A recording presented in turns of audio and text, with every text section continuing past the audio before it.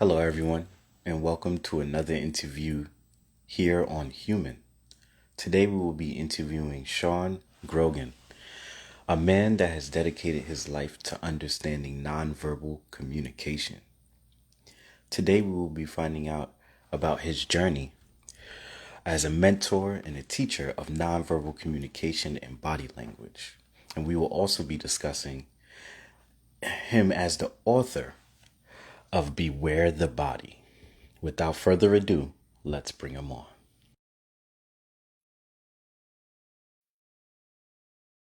I want to thank everybody who's joining us tonight. I know it's at this moment it's Thanksgiving Eve, and I'm looking forward to hearing Sean's story.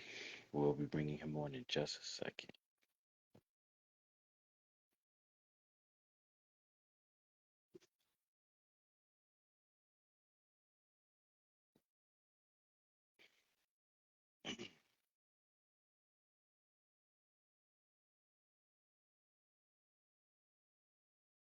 Give me one second.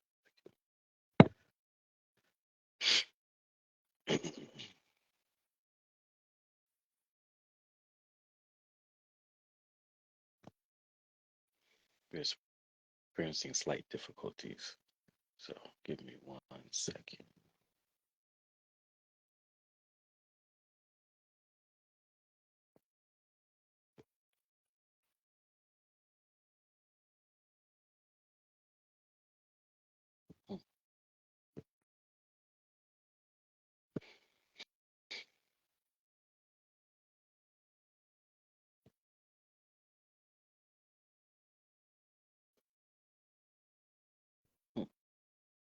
Give me one second. We're gonna see if we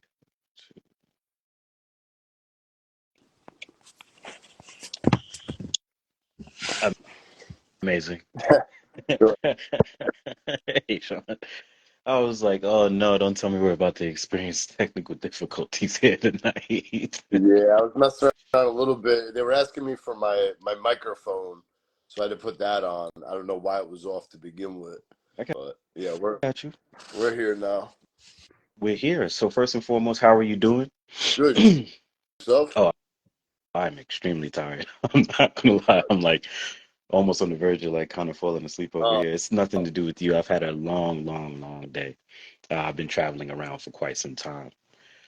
But we're still here. I'm willing to definitely push forward with the interview. I think this is going to be amazing. So many people are uneducated, I believe, on this topic, especially when it comes to law enforcement. I think there's also some qualms that we could straighten out there by doing this interview, right? And it's nothing negative. Everybody's entitled to their perspective, but it's great to interview somebody who's actual law enforcement. I was kind of looking forward to this for sure.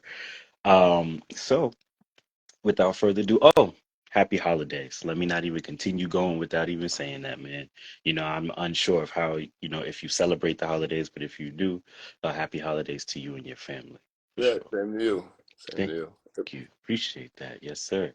So without further ado, please introduce yourself to the audience, especially for those who will be watching this at a later time. Okay, my name is Sean Grogan. I'm a former special investigations detective from New Jersey. I spent the majority of my career in the special investigations unit. Also I was a canine handler, and now I do training on nonverbal communication, especially body language, facial expressions. Mm, amazing, amazing. So, where are you originally from? Please tell people the backstory of that. Yeah, I grew up in New Jersey, Mhm. so I've been here. I'm still here now. I would be in Texas with you, but we'll see. In a couple of years, I'll finally get down there. Right, at some point, I'll be down in Texas. But No yeah, rush. yeah, no, I love it down there. The weather definitely better than here, except for when you get those tornadoes. I'm scared to death of tornadoes. So if Oh, anything, in the wintertime can be pretty serious down here. I'm not gonna lie, it like snows in the whole nine. So just keep that in uh, mind. It could get just like up north.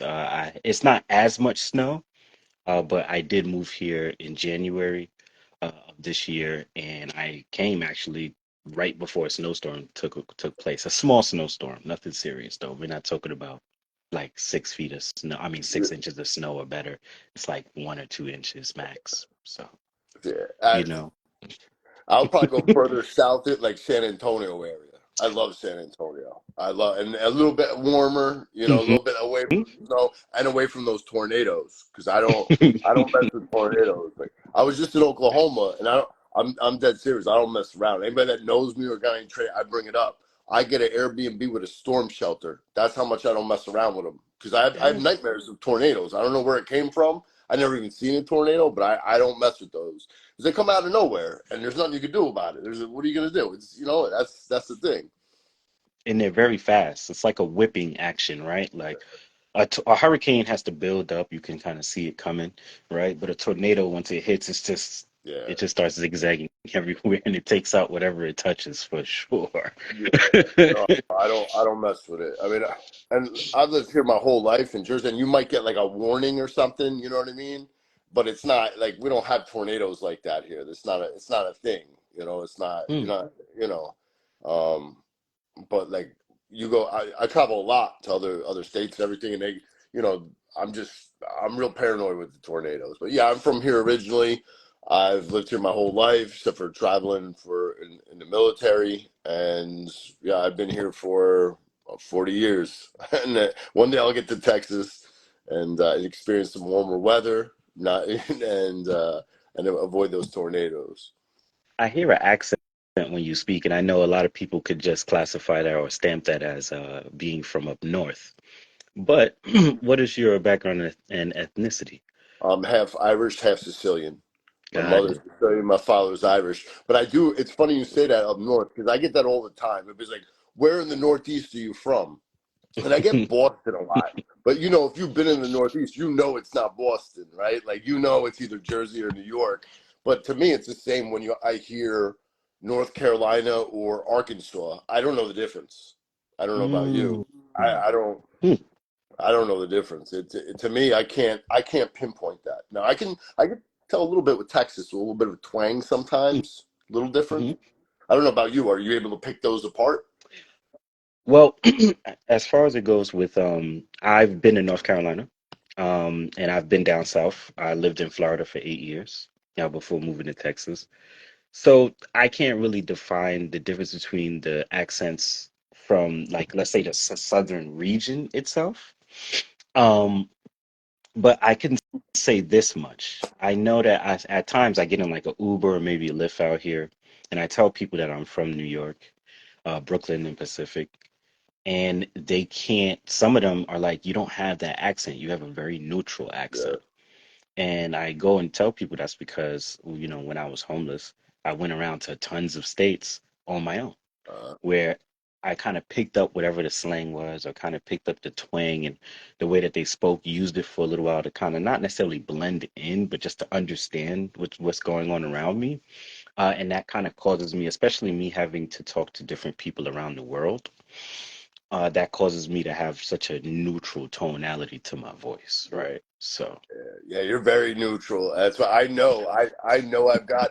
And listen, I grew up over the bridge, 3 minutes from the outer bridge in Staten Island, right? I know So what you're talking about. but you know, when you go to Staten Island compared to where I am, a totally different accent that you'd be able to pick up and I could pick up.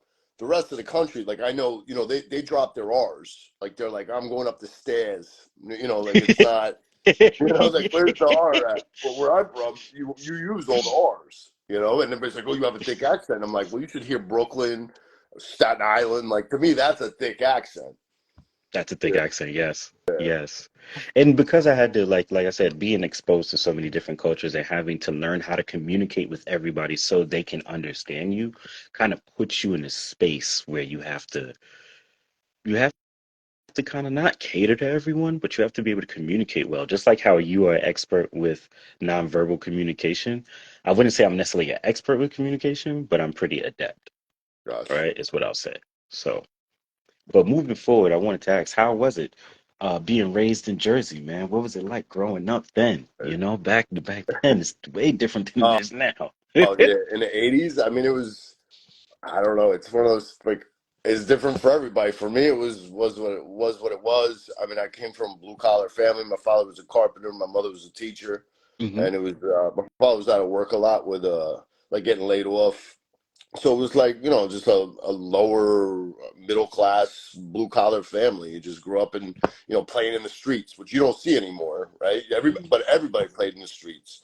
Like you would go out, play football, basketball, baseball. I didn't play stickball. Did you play stickball in Brooklyn? Mm-mm. I played a game called Scully with like soda caps and like clay in them, where you had to the bottle top had to land on a certain Oh, number, and okay. then you would try to knock the other opponent's top. You'll try to knock their bottle cap off with your cap. It's like I don't know, I forgot exactly how the rules were, but it was pretty exciting for us who were young and didn't have like phones or anything in front of us, you know? Yeah. So, and it taught you how to socialize too, you know? Um, moving forward, I would say what was one thing you cherished about growing up in the 80s?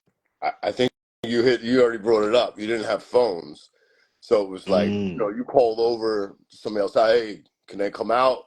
Can I talk to whoever? And you end up running around the streets, just playing outside. Like you spent a lot of time outside. I saw something the other day. It was on Instagram. It was something about the average mm-hmm, person. Now I'm not even going to make up the numbers because they're going to be off. But it was like 50 years ago you would spend so much of your life outside. Now it's somewhere near like 1 or 2%.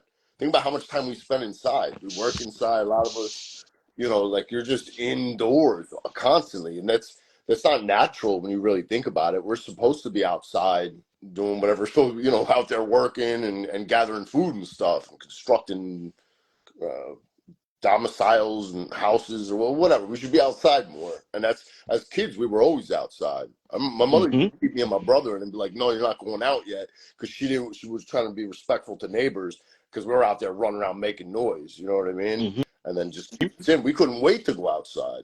So I think that's the thing is growing up in the '80s. Like I don't know if kids now maybe they're. I do see a lot though in Utah. In Utah, like I've been around, I've been to all 50 states. I'm very fortunate to have traveled and hit all 50. And Utah, the kids still go outside. I don't know if it's part of the Mormon culture.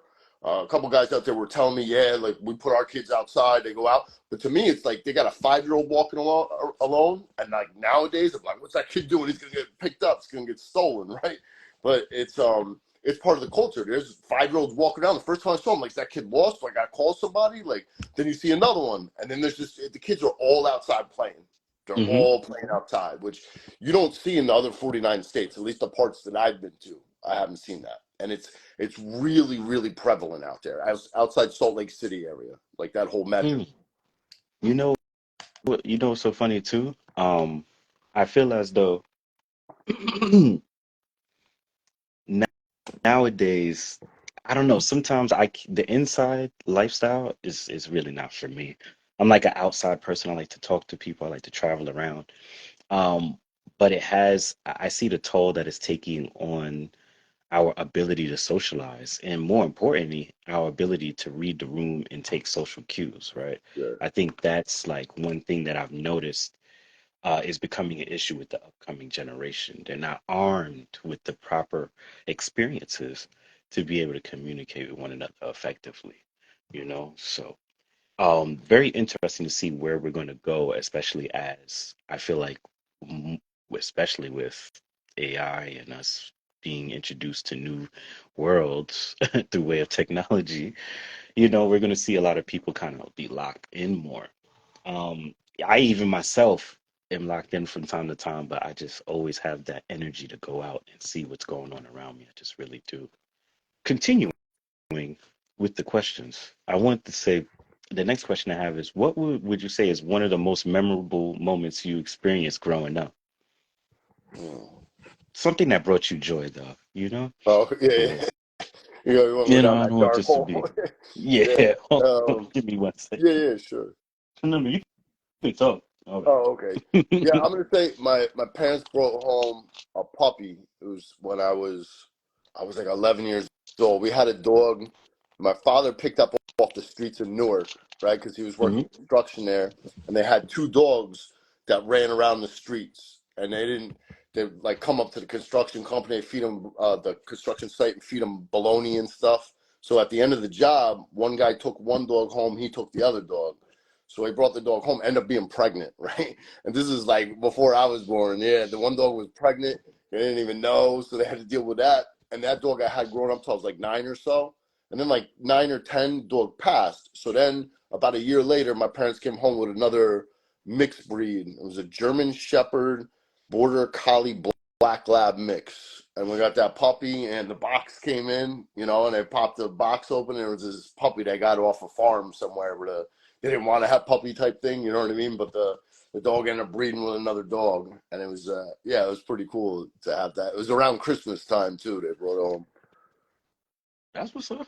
Yeah, So hold on, did you receive the dog for like Christmas? I guess it was part of like the Christmas. It was around Christmas time, so I guess it was Christmas. But I got brother, sister too, so it was for all of us. Hmm. It was for the whole family. It was pretty cool to have a puppy, running around and causing problems more than we were, or about the same. Causing Yeah, mischief. yeah, exactly. Um, what are you the oldest of your siblings? Yeah, how'd you guess that? I don't know. I don't know. It's not something I knew for sure. It was like, let me just throw this out there because I feel like you may be. Um, but what does that responsibility look like? I was actually out of, the family that I was brought into at a young age. I was the youngest. I wound up being the youngest in the household. So I never knew what it was to have that responsibility to, be the oldest. And then when you're the oldest, you kind of have to look after your younger siblings if you choose to, right? So what did that look like for I you? think there's like phases to it as you're Hmm. growing up. I think at first I think the younger siblings try to emulate me, not because it's me, but just because that's the where I was. And I was just kind of like, don't bother me, don't bother me. But then as you get older, I think it becomes, then you kind of take that role more seriously. Like, hey, if you need anything, let me know. I've already been through it. But I don't think that Hmm. happened, at least with me, and every situation is different.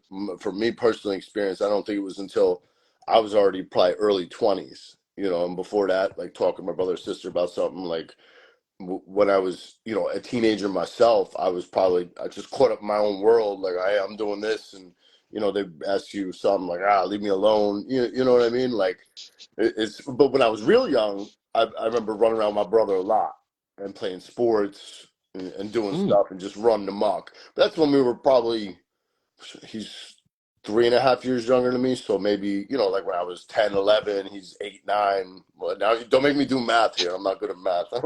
Make me do the math.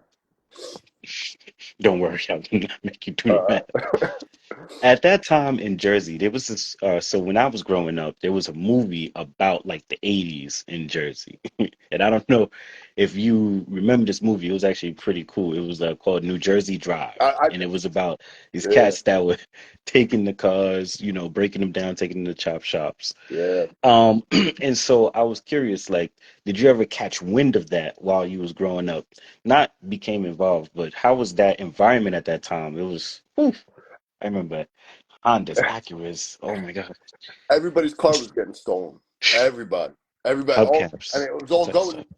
That movie takes place in Newark, right? And that's where Yeah, they were all yeah, going Newark, to. New Jersey. Yeah, Yeah. they find all of them in Newark afterwards, and like you said, Hondas. Like it was always Newark or Elizabeth. Which, if you know anything about the area, Newark Airport mostly lies in Elizabeth. It borders, it's right there. So, but every Hmm. car, if it was ever found again, was up in Newark, and it was crazy. When I first got on the job, when I was a cop, there were a Hmm. lot of old timers that were around that time. They were like, it was crazy. They're like, you were chasing, like you'd have 3 car chases going on at once, and like no one's even in the town. They're all up towards Newark, like just chasing cars because cars were getting stolen so much. I remember Wow.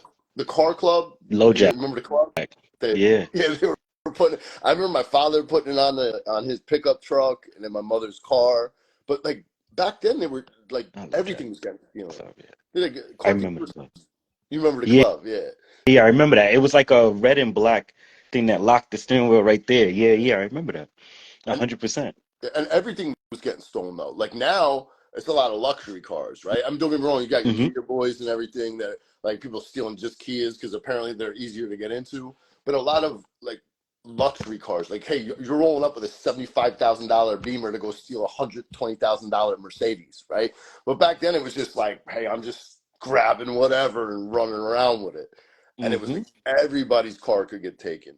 So yeah, like you said, I never worked in a chop shop or nothing like that. But I just remember the cars getting taken left and right. And NJ Drive, what's that? Oh, do you remember the main character with the hair? Um, The funny thing is, I remember glimpses of the movie. Because it was such a long time ago that I seen it, man. I actually saw this when I was young myself, to be honest with you. I probably was no older than like, I don't know, my teens, maybe early 20s. I yeah, saw it. It was a really, really interesting time to watch all of that go down. You know, that was almost around the same time as all those other movies and kind of real life events that they relate to was taking place too, like Paid in Full, not Belly. Belly's a little bit a little bit out of yeah, yeah, yeah. So it's driving, yeah, yeah, a 120,000 little Mercedes. exaggerated. Yeah, Um, but yeah, those were some crazy times, man. I was once into, I wanted to be a street racer at the time. I remember that, those were the Fast and Furious days.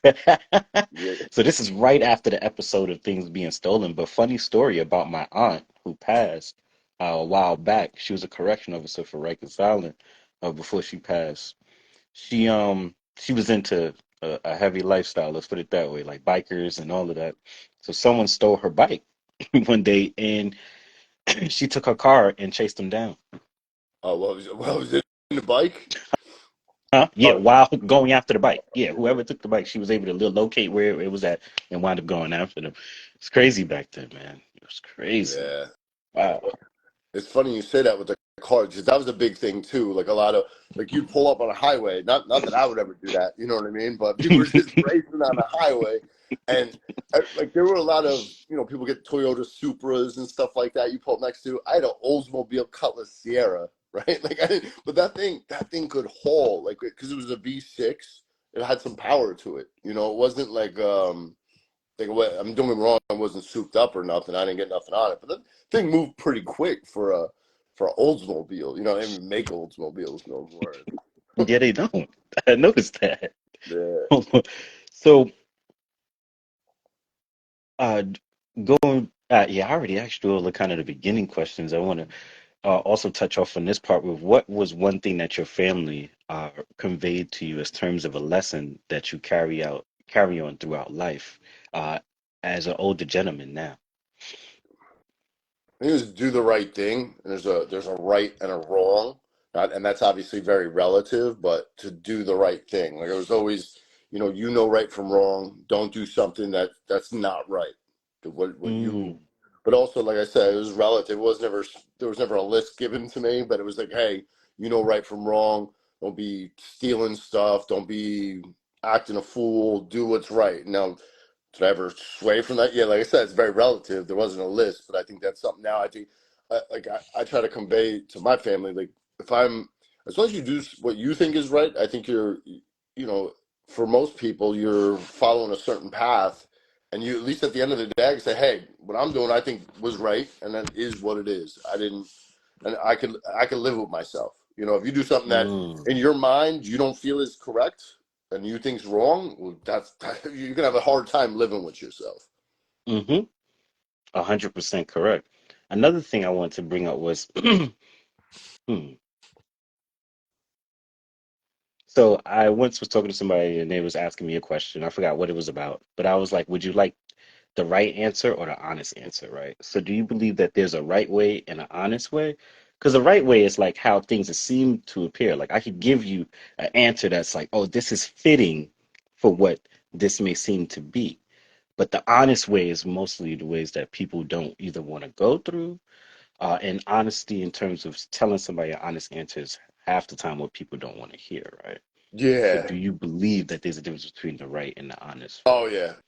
Yeah, I have to agree with that. And it's one of those, and you can. It's obviously a fine line, in my opinion, that Mm-hmm. you can end up, and those things can get even blurred. They can cross paths where sometimes you're doing both, but it's one of those things when I'm asked something, if I'm dealing with an attorney, a lot of times attorneys try putting stuff in your mouth. And I think this is why I do decent with attorneys. Now, the attorneys probably watch me. I'm going to have to go for like old cases or something. But, they try to tell you something. Like they'll ask you, hey, wouldn't you agree to this? Well, no, I wouldn't say that.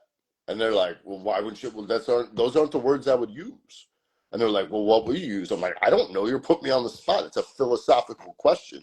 You're not going to make me, Mm, I'm not going to put words in your mouth. That's one thing I couldn't stand when you're dealing with attorneys. They're trying to, hey, you wouldn't you say no?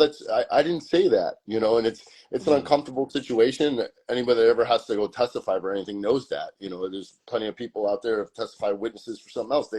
Right, and that's the game the attorneys play, right? And it's something. Hey, I don't want anybody to put words in my mouth, right? Like mm-hmm. and I'm being honest there, but I'm also giving a right answer because I'm not telling you, well, this is exactly what I would say. Because I need more time to think about that. It's very not until you get asked these existential questions where they're very philosophical. You need more time to think about, and you're put on Mm-hmm. the spot somewhere, and you're like, well, I don't know. And I think that's another thing. I think it's okay to say you don't know something. Where a lot of times people are like, well, right? Oh my God. Yeah, so you could say that again. Actually, let's revisit that.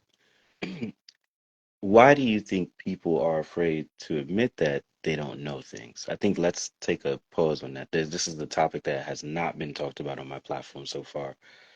Maybe I briefly might have said that me myself that I'm not afraid to say that I don't know, but I think it's important that people have the openness to say that. It alleviates so much pressure off your shoulders. So, so yeah, in your case, why do you think people are afraid to say that they don't know? I think there's the fear of looking stupid, especially when there's a lot of people around, or even someone else is wanting. I think we have a thing. We want to help people with things, and we want to tell people stuff, and like I know a decent amount about body language, but when I go up in front of people and if I'm asked a question and I don't know, I say I Hmm. don't know. And I've learned that because in the first you're like, well, what if I don't know something? What if I don't know? And the amount of time I've spent, now I'm like, all right, I don't know that. That's beyond the scope of what we're talking here, and I don't know. I've been asked something. What did I get? And sometimes I have an answer, but I couldn't think of it right away. And later on that day, I'm like, I have an answer for that, and now it's over. But I'd rather say I don't know than just come up with some kind of shenanigans where it don't fit. Mm, Doesn't isn't a correct answer. I was asked something once with facial expressions. Is there anything that they believe is has any research been found or any theories that they believe things happen due to I'm sorry, due to evolution that people have become this way? And I was like, not that I know of. I don't know. It's possible. And then I left, and I'm like, oh, I forgot, because with disgust, you'll see often people raise their nose, they get a wrinkle in the raising the upper lip, and the theory is you're hmm. blocking off the nasal cavity somehow because it's something with a lot of things you deal with that are disgusting. Smell, right? There's a lot of disgusting smells. Mm. So there's that thing that I've read about before, but I didn't think of it at the time, and I'm okay with I don't know, because if you don't know something, would you rather someone tell you they don't know? And that's my theory behind it. I think people feel that I should know. I don't want to look stupid, and that's a problem. Like, why? Just I don't know is a perfectly good answer. I don't. Do you agree? You think it's something different? Okay, great conversation. I agree that people are afraid to look stupid. Um, I also think that it sounds good, right? To be able to fill in the gaps and that awkward moment that lingers, to give yourself that space and time to think. I don't think that people know how to sit in that. Is another issue, right? The um the articulation of the pause, right? How do we art like Obama was good at that. He was like, and that little pause right there gives him enough time to continue thinking about what he needs to continue saying, right? So people I think are afraid of, like you said, looking stupid, do not know how to um stand in the pause or that awkward silence, right? Um and the need to, I don't know, I feel like people try to fulfill a role that they're not hired for. Right? Yeah, Right? Meaning that you're trying to be like what you see on the movies, everything you got right, spot on, everything is, and that's not true. You got to figure things out as you go along, you know? And I also think, like, and this plays into a fear of looking unintelligent, is that people don't know how to just be like, hey, I don't know, and open themselves to another person's perspective, yeah, who may be more knowledgeable. Because when you say, I don't know, it gives you to me, it gives you so much power because you're telling the person, number one, the truth, and you're being honest, and you're opening yourself for information that you probably would have never learned, right? Yeah.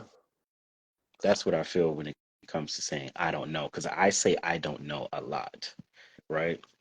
I'll teach you why real quick, and then we'll continue moving forward. So there's a difference between a truth and the truth. Most people do not know the truth; they know a truth. Okay, they know fragments of the truth. The truth is like the overarching truth of everything that goes on, right? I had to discover this the hard way. So a lot of people, because they don't really know the truth, right? They don't know how to address that and just come out and say that because we've been taught to be like, oh, we you definitely know this. But there's a lot in this world that is not cemented the way that we think it is, right? A lot of what we experience, I feel like, is strong opinions and not always fact, right? A strong opinion means like this person said it was right, so then all these group of people said it was correct, and then because they kept saying it was correct for a span of time, it then became it became a Yeah. fact, cemented in the world of today, right? But that's the way that I feel about things, you know? I'm not saying anybody's wrong. I'm just saying when you say you don't know, it opens a door for you that may otherwise be closed because you feel like you know it all, you know? So, I like that. I like that. I, I really like what you said about the pause. People don't like that quiet because I use that all the time. I'm hmm going to buy something, car. I need to, it's quiet. It's quiet. How people get so uncomfortable when you're talking. Just they don't know what to do. Like you said, they just got to talk. I don't bother me. I can be quiet. Me, it's 50-50. I think it depends on the energy and how me and the person resonate. There's some people that I would just enjoy pure silence with, and it's nothing negative. Like, I don't want to hear them talk. It's like, I Yeah. just like the silence that's there. It's fine. And some people, it's just, that energy is pulling. So, I don't want to make this all about me, but I have like one other thing I want to say, and I'll just turn it all the way back over to you. But energy, in my opinion, works in three ways: it's push, pull, and still. Um, right now we're still. I'm not pushing anything on you. You're not trying to gain my attention and pulling it from me, right? And those are just simple examples, but because a lot of people, even when they're silent, that push pull is still going on. It might not be verbal, it doesn't even have to be necessarily physical, but you could feel it from Mm, them, you know? yeah, yeah. And so I think in certain situations, people want you to kind of fill in those gaps. Like I said, we're not really taught to stay bask within our silence. We're taught to like fill those gaps and those voids, which leads like what's the phrase? The more you talk, the more you're liable to say something. I think, Yeah. yeah, you know. Yeah. Um, so, without further ado, though, I want to get into your craft. Before I get into your craft, I think it's really important to touch this base, like I said in the beginning of the interview, which was what is a misconception you feel that people have about law enforcement? That's a loaded question. I know. There's a few of them there. Yeah, I think one of the major So, things that's pushed out now is that cops are racist. I think that the overwhelming majority of cops are racist, and that there white cops are out there going after minorities. I think that's one of the major misconceptions.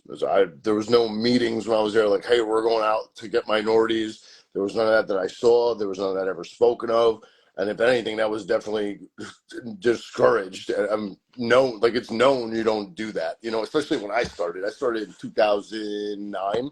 So, mm, you had Rodney King and everything had happened 20 years earlier, almost 20 years, right? And mm, there's always been that. I think it's a huge stigma behind the racist cop, especially the racist white cop.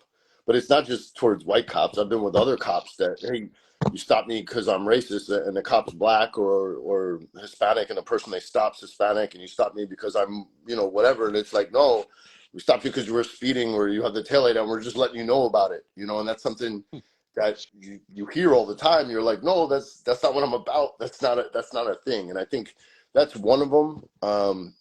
Yeah, but I could really just go into this, but not so much a stigma. I think the cops see things that can be pretty terrible, and they see some of the worst stuff in the world, and it takes a toll.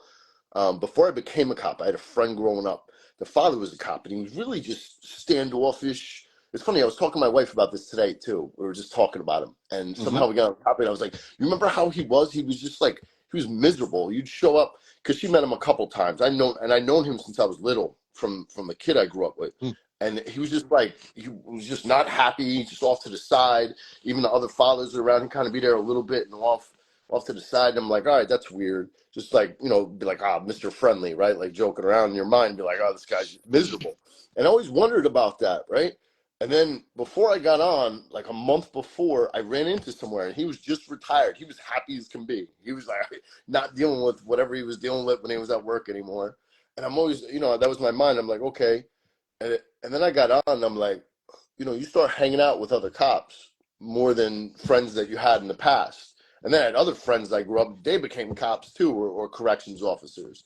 And that's who you end up hanging out with. And it becomes one of those things you're almost like, well, because you see things, you do. And it's like, oh, well, you see, who do you think you are? And it's not an ego thing. It's, you're seeing stuff a lot of other people don't see. If you're someone that grew up in some middle class home, you went to college, and then you went to go get a job for a company, and you go to your cubicle and go home. Yeah, you probably experienced trauma a couple times in your life. You might have seen bad car accidents or something terrible happen to you, and there's a lot, and everybody's different. But cops can go. You could see a couple traumas a shift depending on where you're working. You can end up seeing a certain amount of terrible, high. I don't even know what to call it, like a high-end trauma. That doesn't sound right. It's not a car, right? But see something really terrible a couple times a year or a couple times a shift, or depending on where you work. You work in certain parts of New York that are very crime-ridden, overpopulated. Yeah, you might see, homicide, see a child that's neglected, the next call, see a bad car accident, which not going to happen anywhere in the country. And that's another thing. Like everybody's like, oh, these rural cops. Those rural cops, they got it kind of rough. They're, they don't have backup like you do in cities right around the corner. You're out there, right? And they're Mm-hmm. seeing stuff that's not on the same. And I've talked to these rural cops about this. They're still seeing stuff that's messed up. The one guy was explaining to me, he's like, we just don't see it as often, right? Like it's because things are spread out maybe a little bit because they don't have the population. But I think that's the thing. Like cops are humans, and like, I get there's people out there, and cops notice, and I think this is a lot of the problem you have now with retention and people wanting to become. People hate cops, just hate. Like, hey, I hate you because you have a uniform. Just hate you. And listen, when I was younger, I'd be like, oh, I'm driving. I'm like, oh, there's one. I didn't want nothing to do with them. I want nothing to do with being a cop. I didn't want anything to do with cops because I remember at a certain point in time, I'm like, oh, when I was a kid, it's like, you get lost or something, find a cop, and then you're like, well, the cops are gonna come after me. What if I got marijuana on me? They're gonna, you know what I mean? You're just like, I want nothing to do with it. And then I became a cop, and I'm like, okay, this is it. And I wasn't one of those people. I went for the interview, and they're like, how long you want to be a cop for? I'm like, about a year or so. And they were like, because a lot of people, their whole lives they wanted to. But I was working construction, and I'm like, I'm working for a water company, and I'm literally getting frozen water on the pipes. It's like 20 degrees. I'm like, I don't want to do this anymore. And guys I was Yeah. in the Marines with went and became cops. They're like, yo, it's a great job. You're gonna like it. You get, do stuff. You're always driving, and you just get to see a lot of cool stuff, and you get adrenaline rush. And I'm like, oh, all right. They didn't mention all the other stuff you have to see, but it's one of those things. I wasn't one of the ones like I always want to be a cop. It just kind of happened, And there are those other guys like that. And they're like, I hated cops before I became a cop. Those are like the most pro cop guys now that are on the job. You know what I mean? It's like I was in a medium-sized department. So, and that's another thing. Now you got me in. I'm gonna keep going off. Sorry, but a big misconception is the corrupt cop, like that, like in the movies, like taking drug money from dealers. Now, does that happen in big departments? Of course, you got Um, 35,000 cops. Somebody's gonna end up doing something wrong. But medium-sized department, 200, 500. No, I never saw that. Never saw it. It was never. It was just mm, nobody does that. And the thing of, oh, well, if a cop comes across like $250,000, what are they gonna do? You're gonna turn that to $250,000 in, because if not, you're gonna do 30 years in prison. It's that this ain't mm, a third world country where you're like, okay, I'll go take the money now. Like, it's a straight and narrow. Like, it's pretty cut and dry because everybody's like, no, this is what I'm doing. I'm turning this money in. I'm not getting in trouble and done. Again, are there exceptions to the rule? Of course, but like the way the movies portray it, you think there's like a dirty cop in every area, right? In the whole country, like it's like Okay, so I wanted to say something to yeah, yeah, this. You know, I wanted to be honest. So my aunt was a CEO. My adopted pops was a CEO. My family was split in half, so it was, let's just say, for hypothetical purposes, cops and robbers. Some okay, people were into the streets doing their things, whatever the case would be. The other half was like correction officers, detectives. My uncle is an award-winning detective. He's knocked over 500 people in in New York, right, in the Bronx when the Bronx was at its worst.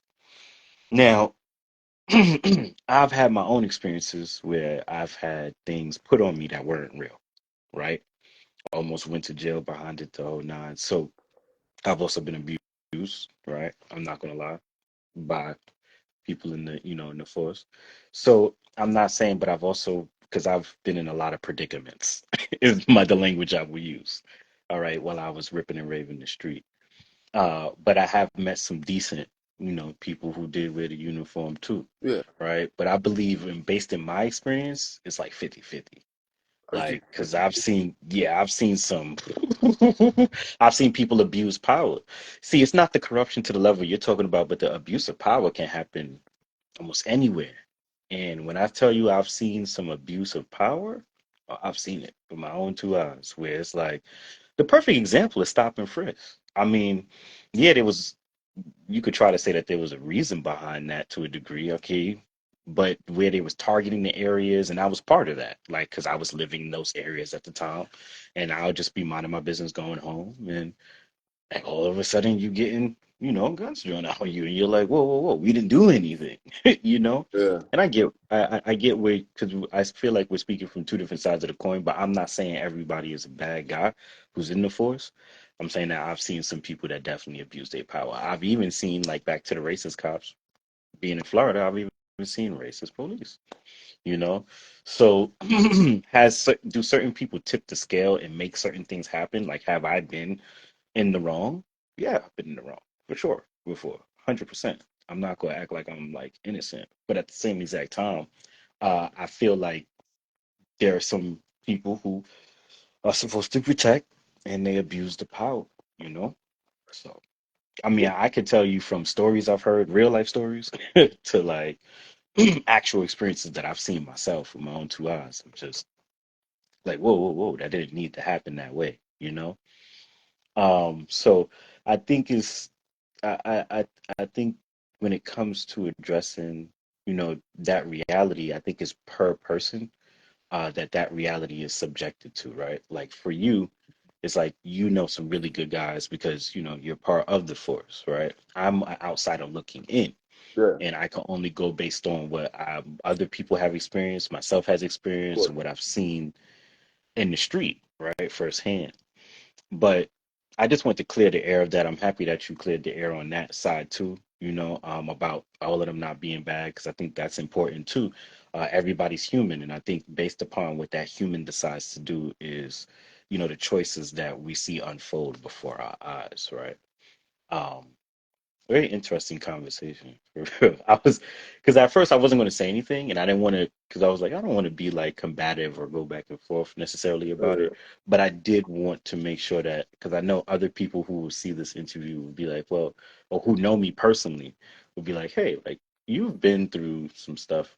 You should have kind of spoke up about it. So I just wanted to speak about it now, just representing those people who have been done wrong. I know a lot of people who was also falsely imprisoned too, for whatever purpose that was, But I know for me, the way I almost got falsely imprisoned was because I was wrong place, wrong time, and they really wanted my friend at the time.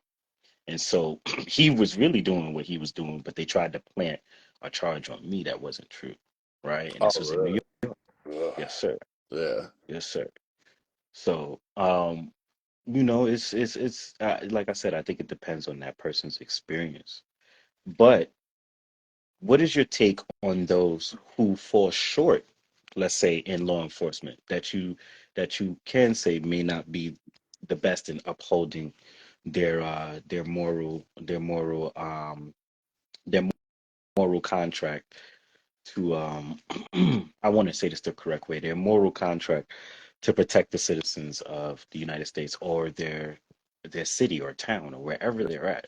What is your take on Out, that? out. Sit in the It's garbage.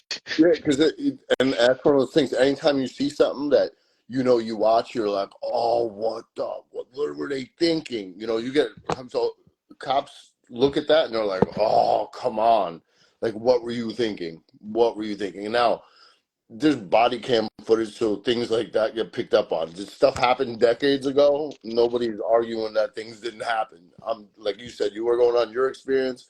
I'm going on my experience, what I saw when I got on in 2009, and it's not like overwhelming. Did stuff happen in the past? I'm sure it did, right? But it's one. Did you want to say something? I'm gonna. No, no, I'm Oh, listening. I'm listening with oh, great intent. yeah, no, I did. But it's one of those things where I lost my train of thought now. I'm sorry. Oh, my You, bad. I just all of a no, that's sudden okay. zoomed in. You had something you want to say. You're from the north. You know how it is. You got something to say. You go ahead and jump in. That's how Oh, like my family. That's what we do. Yeah, this it's interview is about you. uh, I am like, yeah, clear, smooth. I like to listen to the person, let them exercise their thoughts thoroughly, and then I respond. okay. Even with you bring up stop and frisk, which is pretty. It's like I almost know where you're going. Like that happened with something else you were saying before, and I'm like, when you said there were certain things, I'm thinking stop and frisk. I don't know why it popped in my head, but stop and frisk is pretty. It was a big thing. It Yeah, was a big thing in New oh, it's York. huge. Gigantic. And my thing is, you look at it and listen. I don't know the details of what the policies were, so I can't make too many comments about what exactly it was. But if you take it back a second and just say, well, we're just stopping and frisking people. That's pretty much unconstitutional when you really look at it, right? Don't matter how high crime the area. And there's people probably saying they lived in those areas that, hey, we want it done because I'm tired of the shootings. But there's, for you to just be able to stop people and frisk them, this isn't, it's kind of, I don't see how it could be constitutional. Again, I don't know the policies. Was it, hey, we saw somebody do this, they had a bulge, this was going on, did we get info? I don't know the details behind it, but because I was just in Colombia a few weeks ago, and in Colombia they can just we're stopping you, right? And this is the way it is. Like they have checkpoints around areas. The cops are everywhere, and I remember thinking, I'm like, they're just put your hands up and they're patting people down. I'm like, that sucks because like I don't want to be patted down everywhere I go. And listen, you know this that's actually pretty interesting. This was during stop and frisk. Hmm. I was in a cab in Manhattan, and the cab driver got into it, like arguing with my friend in the car. Excuse me. My wife and I were dating at the time too. We were in the car, and for some reason they're arguing, nothing crazy, but kind of like getting into it. Not like, hey, I'm gonna fight you. Cab driver pulls over in front of the cops, starts yelling. Cops just rip us out of the car, boom, against the wall, and just frisk us all. There was a female cop too, frisked my wife, and I'm like, all right. And that's even as a kid, they would just yank you out of the car, and you were like, all right, was there a smell of marijuana in the car? I don't know. You know what I mean? Like, but they yank you out of the car. You're like, is this legal? Like, you don't know. You're just like, all right, what they do, and they search the car. We had one time, we got pulled over, and they're just like, actually, I was pulling beside the car. A friend of mine was going into the Air Force, and we were in like a waterfront, actually by the outer bridge, and I'm like, hey. I'm like, I don't really notice here. We're just driving around. He's about to go, and I drive by the cops, and I was just like, hey, how you doing? I'm like, you tell me how to get back to, and they were like, pull over. And I'm like, all right. And they're like, out of the car, just start tossing the car. I'm like, I don't know. Maybe there's the smell of weed in the car at the time. Who knows, right? But they're just like tossing the car. And you're just like, all right. They're pulling rolling papers. They're like, what are these rolling papers for? I'm like, broken cigarettes. What else would they be for? You know what I mean? Like, I don't know. It's like I think a lot of people have had bad experiences with cops, right? And I'm just like, all right, whatever. It is what it is. Now, do I want that to be the standard around the U.S. personally? No, of course not, because it's even in Colombia, like I'm like, and I love Colombia. It's not anything bad about the country, or it was a beautiful area. And listen, those cops, from my understanding, they're in a war still with guerrillas in the jungle Hmm. and stuff like that. So it's a different mentality, but I'm kind of like, you know, it's it's pretty crazy to me. You know, as an American, you're like, oh, just I'm gonna go stop somebody and stop and frisk again. I don't know all the policies, but when you just Okay. You know what was crazy to me? The Jim Crow laws. That was yeah, crazy. yeah, Now that was yeah. like I'm talking about fatherless home after fatherless home. I couldn't tell you how many people got put away for that. You know, I'm not going to get too deep. I don't want to make this whole interview about like injustices and things of that nature. I just wanted to touch that surface and speak for those who I know will watch this at a later time and be like, hey, I think it'll be important to kind of go back and forth just about what we're talking about right now, these subject matters, right, or topics, right now. Um, what is can you let us know one of the most intense moments that you experienced during being a special investigations detective during that time? Mm. I guess I got one that was pretty intense in patrol, but I'll tell you, as a detective, went to go light up a car. Supposed to possibly have there's supposed to be a gun and drugs, right? At a search warrant. Hmm. Stop the car and end up. I try to stop the car. Car keeps going. Pulls over to an on ramp to a highway, but it's an on ramp and an off ramp with nothing Mm. dividing it but the double yellow line. It's hard to explain, but it's like a main county road going onto a highway Hmm. and a state highway. And when everyone bails out, it's going for it. One guy grabbed one dude, lost him, and I bear hugged this dude and just grabbed him and go to the ground. And I'm like, what? Like, there's traffic coming, right? Like, it's one of those. There's traffic coming, and it's crazy because the you know you can't make this up. One of the guys in the unit, his wife is in traffic behind us while this is going on, pulls up and got the camera going, and I could see the picture she took of me with my head laying on the other side, right over that yellow line. I'm like, if another car was coming, me and him, well, it could have been bad news.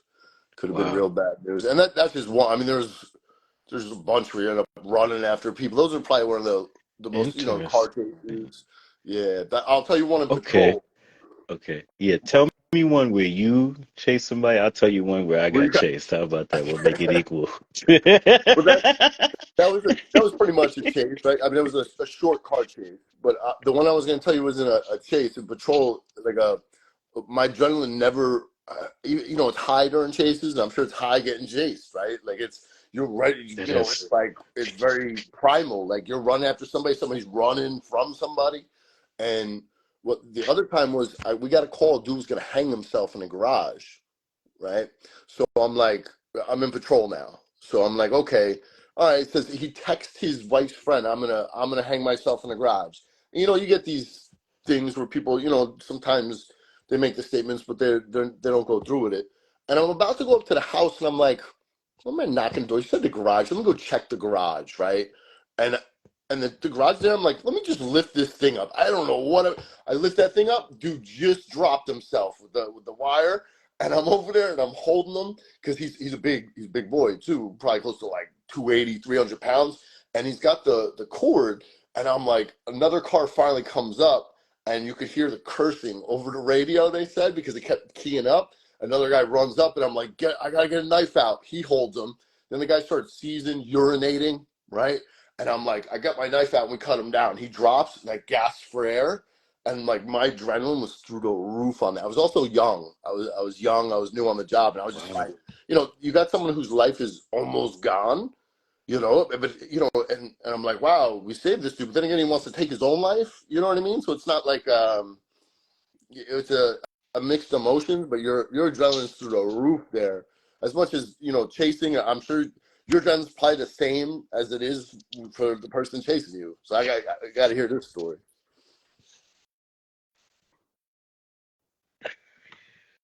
So, the turns. I like the way he looks. This is funny.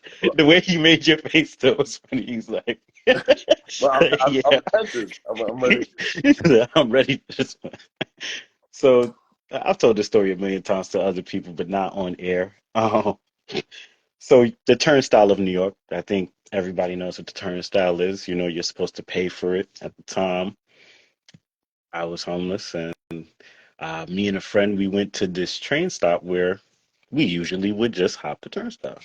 So this time, I had a gravity knife on me. For whatever reason, I was living a certain lifestyle, not violent, but on the street, you might need some protection. You just never know what can happen. So, it's the one you click the button and the blade comes out. Yeah. At the time in New York, that's an automatic 7 years. They're not Oh, asking man. you no question. Yes, automatic. Especially Really? if you're a minority, you're gone. um, so I hop the turnstile and I start jogging down the steps. I'm thinking I'm scot free. I noticed my friend, he wasn't right behind me.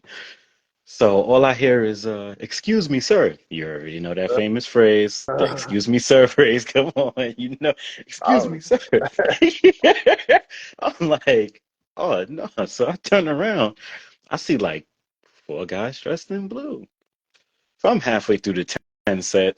I I start taking off, but I pause. It's weird. I'm running so fast, but I go like I'm running so fast, but I have to pause. My initial takeoff has always been extremely fast. Back in the day, that's the way I got away most of the time. My initial takeoff would either dishearten people, they wouldn't want to chase me because my takeoff was so quick. It was like yeah, I don't think I can keep up.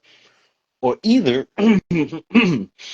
when I take off, I already know that the momentum is just going to build. This one was like a momentum builder. So I took off, I stopped, I dropped the gravity knife in the garbage, and I kept running. Now, the yellow line before you get on the train in New York, yeah, that space, I run on that space, right on the edge of the tracks. So it's like there's people there, there's me, and then there's where the train is supposed to be. yeah, So I'm flying by. All of a sudden, I hear this old lady. I'll never forget it. I was running by. She was like, "Whoo!" Because we're at 16th Street and 6th Avenue. That's where the chase started, underground. And so I'm running, and while I'm running, it's like a maze underground at 14th Street and 6th Ave, that train station. I'm zipping by. I jump down like I think a five set, a two set, and then a 10 set. But I jog down two steps at a 10 set, and I tackle eight. I just jump the whole eight. Boom. I go instead of me going right up the other ramp because there's like the downtown and Brooklyn side and the uptown and Queens side. Instead of me going to the uptown and Queens side, I loop around that so they don't know exactly where I went, and I go back up to the main street on 14th Street and 6th Avenue. So I already lost them 2 blocks underground, starting at 16th and 6th Ave, and I'm popping up at 14th and 6th Ave. Once I come up from underground, I finally get to the daylight. I'm looking around. I was so nervous that I sped walk all the way downtown to Broome Street at the time. Just kept, my adrenaline was so high. I was just like, nah, I got to get to where I'm going now. As I got closer to my destination, downtown Manhattan, obviously the feeling of me being nervous and fearsome, it went away, it dissipated, but that adrenaline was still there. It was, yeah. But that was one point I have another story where I kind of had to pull a move, like a juke move to get out the situation, and it worked actually. But I was really quick and really fast when I was younger. Nowadays, obviously, I don't do anything of that nature. We're here talking as of right now. yeah. I have too much on the line to even think about going in that direction, right? But yeah, man, you'll be surprised with what you go through when you're trying to survive. So, um, now, to get into body language, number one, I want to rewind first before we go forward. And I think I want to ask was, what inspired you to become a special investigations detective? Were you a cop first and then you became a special investigations detective? Yeah, I was in patrol, and then I went to special investigations, which, I mean, that's one of those things I always joke around. Like, yeah, I wasn't related to anybody. I didn't just get right in there, right? Because that's one of those things. Oh, your uncle's a chief or whoever. But because there are places like, I don't know how it is in New York, but here there's prosecutor's office where you can have that. You can go right into that. There is no patrol because it's a prosecutor's office, which is New York could be district attorney's office, right? Which Mm, they have their own investigators and detectives and stuff. But for the most part, if you're going to a regular police department, like where I was, there was 220 officers around, which is a mm, medium-sized department. I think they say anything from like 100 or 50 to 500, which you know as well as I do. Jersey's got like a bunch of 50, 75. There's medium-sized towns and cities, and It's a Pennsylvania though. Pennsylvania is crazy. They got like they'll have a town with 8 and another town with 6. You know, the chief will ride on the road. The Wow. chief, the chief, the chief will be like driving around because they don't. That's their personnel. They got 6 cops, and one of them is going to be the chief. There's parts. I was just in Kansas recently. They were telling me the same thing. They're like, "Oh yeah, our chief goes on the road." I'm like, "Your chief's on the street? What do you mean your chief's on the street? There's nothing where I worked. If you were a lieutenant, you saw a lieutenant on the street. Like, what are you doing out here? You know, like I'm Hmm. sure like NYPD. You know, Same you're thing in New not. York, yeah. Yeah, you're not seeing nothing more In than New a York, sergeant's stripe. You know, on the street. You get a lieutenant on the 100%. street. It's some kind of off-duty gig where you're going to get paid. You know, overtime money or something. You know, that's pretty much it. Get paid the millions. Yeah. Um, but as a special investigations detective, what is one of the things that you have to be keen on, and when it comes to like picking up clues or catching hints when you're looking at certain things You got or to looking at certain scenes and crimes, excuse Yeah, you're looking at body language, particularly when you're dealing with somebody, right? And it's also your body language. Like, how do you communicate? Like you said before, like you've had to change, not change, but you've had to watch the way you talk so you're able to talk with other people. And that's one thing, like when you first get on, you're like, how am I supposed to talk to people? I swear, am I in charge here? You know, you don't know, like you're the best way. And that's one of the things anybody that ever worked corrections, they'll tell you like you learn real quick in corrections how you're supposed to talk to people because you want to come off like you're in charge, you're the man or the woman. That's gonna be a problem me. real quick because you're outnumbered. You got to learn how to talk to people. You deal with everybody with respect, but at the same token, you're not gonna get over on me. You know what I mean? Like, Hmm. and there's that line where, hey, listen, and after a hot job, you might be like, get on the effing ground, get it off the effing ground because there's a robbery in progress. Once the cuff goes on, hey, what's going on? You know, you're changing Hmm. your tone. It's done. You know, even though that adrenaline's up, you got to bring it down. You know, that's you're. I don't want to say safe because you're never really safe, but that immediate threat is someone that's just possibly robbed something. They have cuffs on them. You know, search, pat down, whatever the situation it calls for, and hey, you got to lower and hey, what's going on? You know, where you come from. You know, you don't have to bring it up high still. That can drop down. How do you how does that transmute for you? Like, how do you bring that down? Because I know that can't be an easy, like, yeah, that's kind of a tough switch to kind of switch off. Most people wouldn't know how to do it in the natural state of adrenaline You, taking place. you get used to it. Like it's one of those after those hot jobs. Hey, someone burglarized something, robbery. After time, you just hey. I know myself. I'm not hot headed for the most part, right? I'm Hmm. pretty even keeled. I consider myself a reasonable person, and once you and I'll come and get on there. You need to get on the ground. It's time for you to get on the ground because this could be an unsafe situation for you and me, and we need to. Mm. We'll figure this out in a minute. But just right now, you need to know I mean business. Then, hey, what's going on? I found it was never hard for me. I just kind of just dropped that down. Now the adrenaline, like you know how adrenaline is. You're still going and you're like you're like, hey, but you're still you might even have that release where the shakes are coming, but it's you just Mm. you lower your voice and just we're talking now. That's it. I mean, What do you think is the responsibility of those who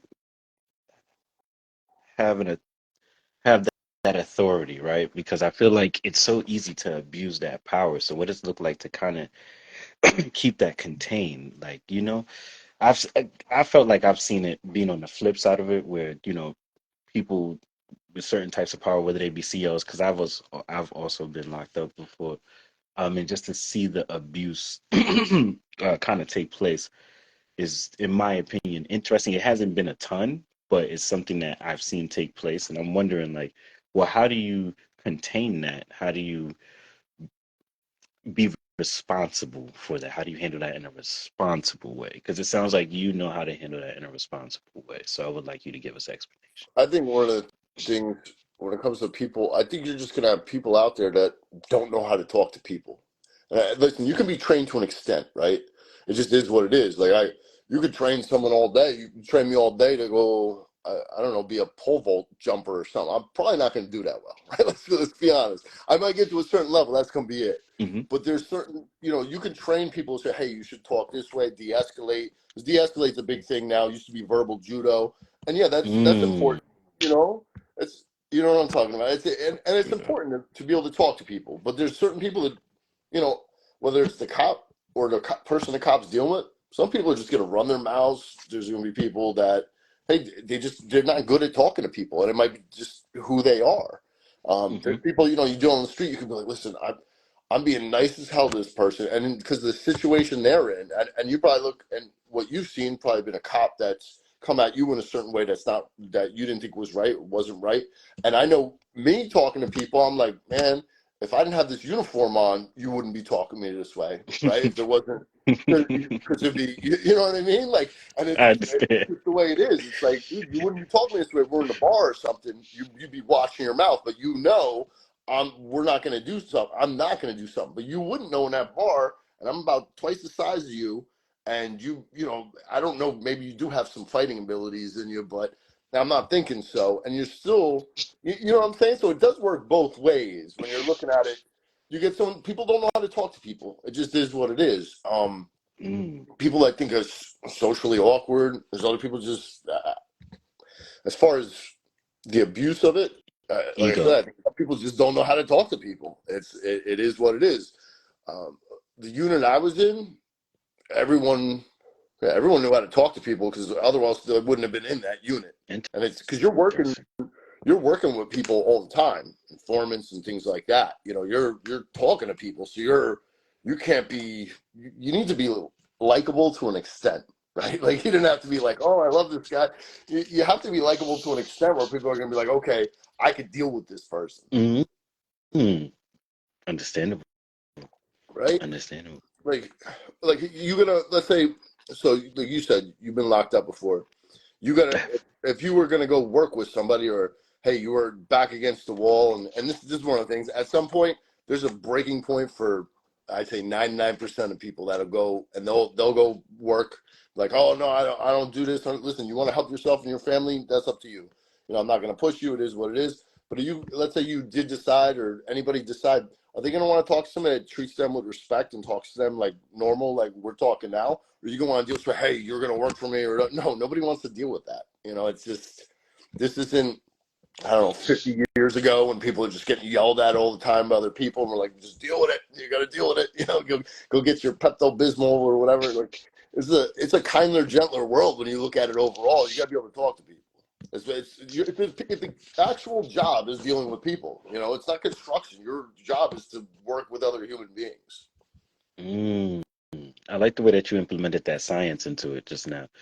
I think that's important too. It adds the human aspect a lot into the job that you have. I mean, obviously you're human and we're speaking, but like I said, for a large, vast, like we said in the beginning, a vast majority of people, based on the misconception, you know, don't see a certain way, right? So to give it just that human touch, I'm not necessarily advocating or not advocating for. I'm just giving it, I think, what it needs, right? Everybody's human, and like I said, I've met officers who were actually very down to earth, very down to earth. Okay, 100%. Um, moving forward, now let us get to the meat and the potatoes. What is the key to being conscious about your body language while communicating? I think it takes some practice to Hmm. know what you're doing. There's a lot of things I'm doing. Is I'm seeing what other people are doing, right? It takes practice to know what you're doing because I know right now I'm talking. I keep leaning over. I don't want to do that, but it's just more comfortable for me. And for me to sit like this, I'm not a robot, right? So I'm gonna Yeah, move around. neither am I. And exactly, I'm gonna touch my face sometimes, and I don't like touching my face. I know you shouldn't have your hands to your face. You get sick. Sometimes I do it. I'm just listening. It's what I do. I'm conscious of it to an extent. If you really want to get used to, we all have phones now. We all have access, but not. I shouldn't say we all, but most people. If you're watching this now, you have access to a phone most likely or a Hmm. recording device. So you put a recording device in your house and start going to work on something on your computer, watch TV, do your dishes. You'll see how you walk. the way you might have mannerisms you didn't realize you had, facial expressions you make, ticks that you do, and be like, whoa, I didn't know I did that. Why am I hunched over like this? Well, I know I hunch over a lot. And I have to remember, they taught me in the Marines to stand up straight, and it's like, I must have hated it so much now. I spent my whole life down like this. So I have Mm, to remind myself, shoulders back. Look, when I'm walking around in public, it's different. But around my house, you're comfortable, no one's around. I'll be like this, and I'm like, no, what are you doing? You gotta get back. And you can pick up mm, on things if you set up a camera and just do that. Watch it for an hour. You don't have to watch it in the regular speed. Speed it up. You'd be like, whoa, what was I doing there? What is that about?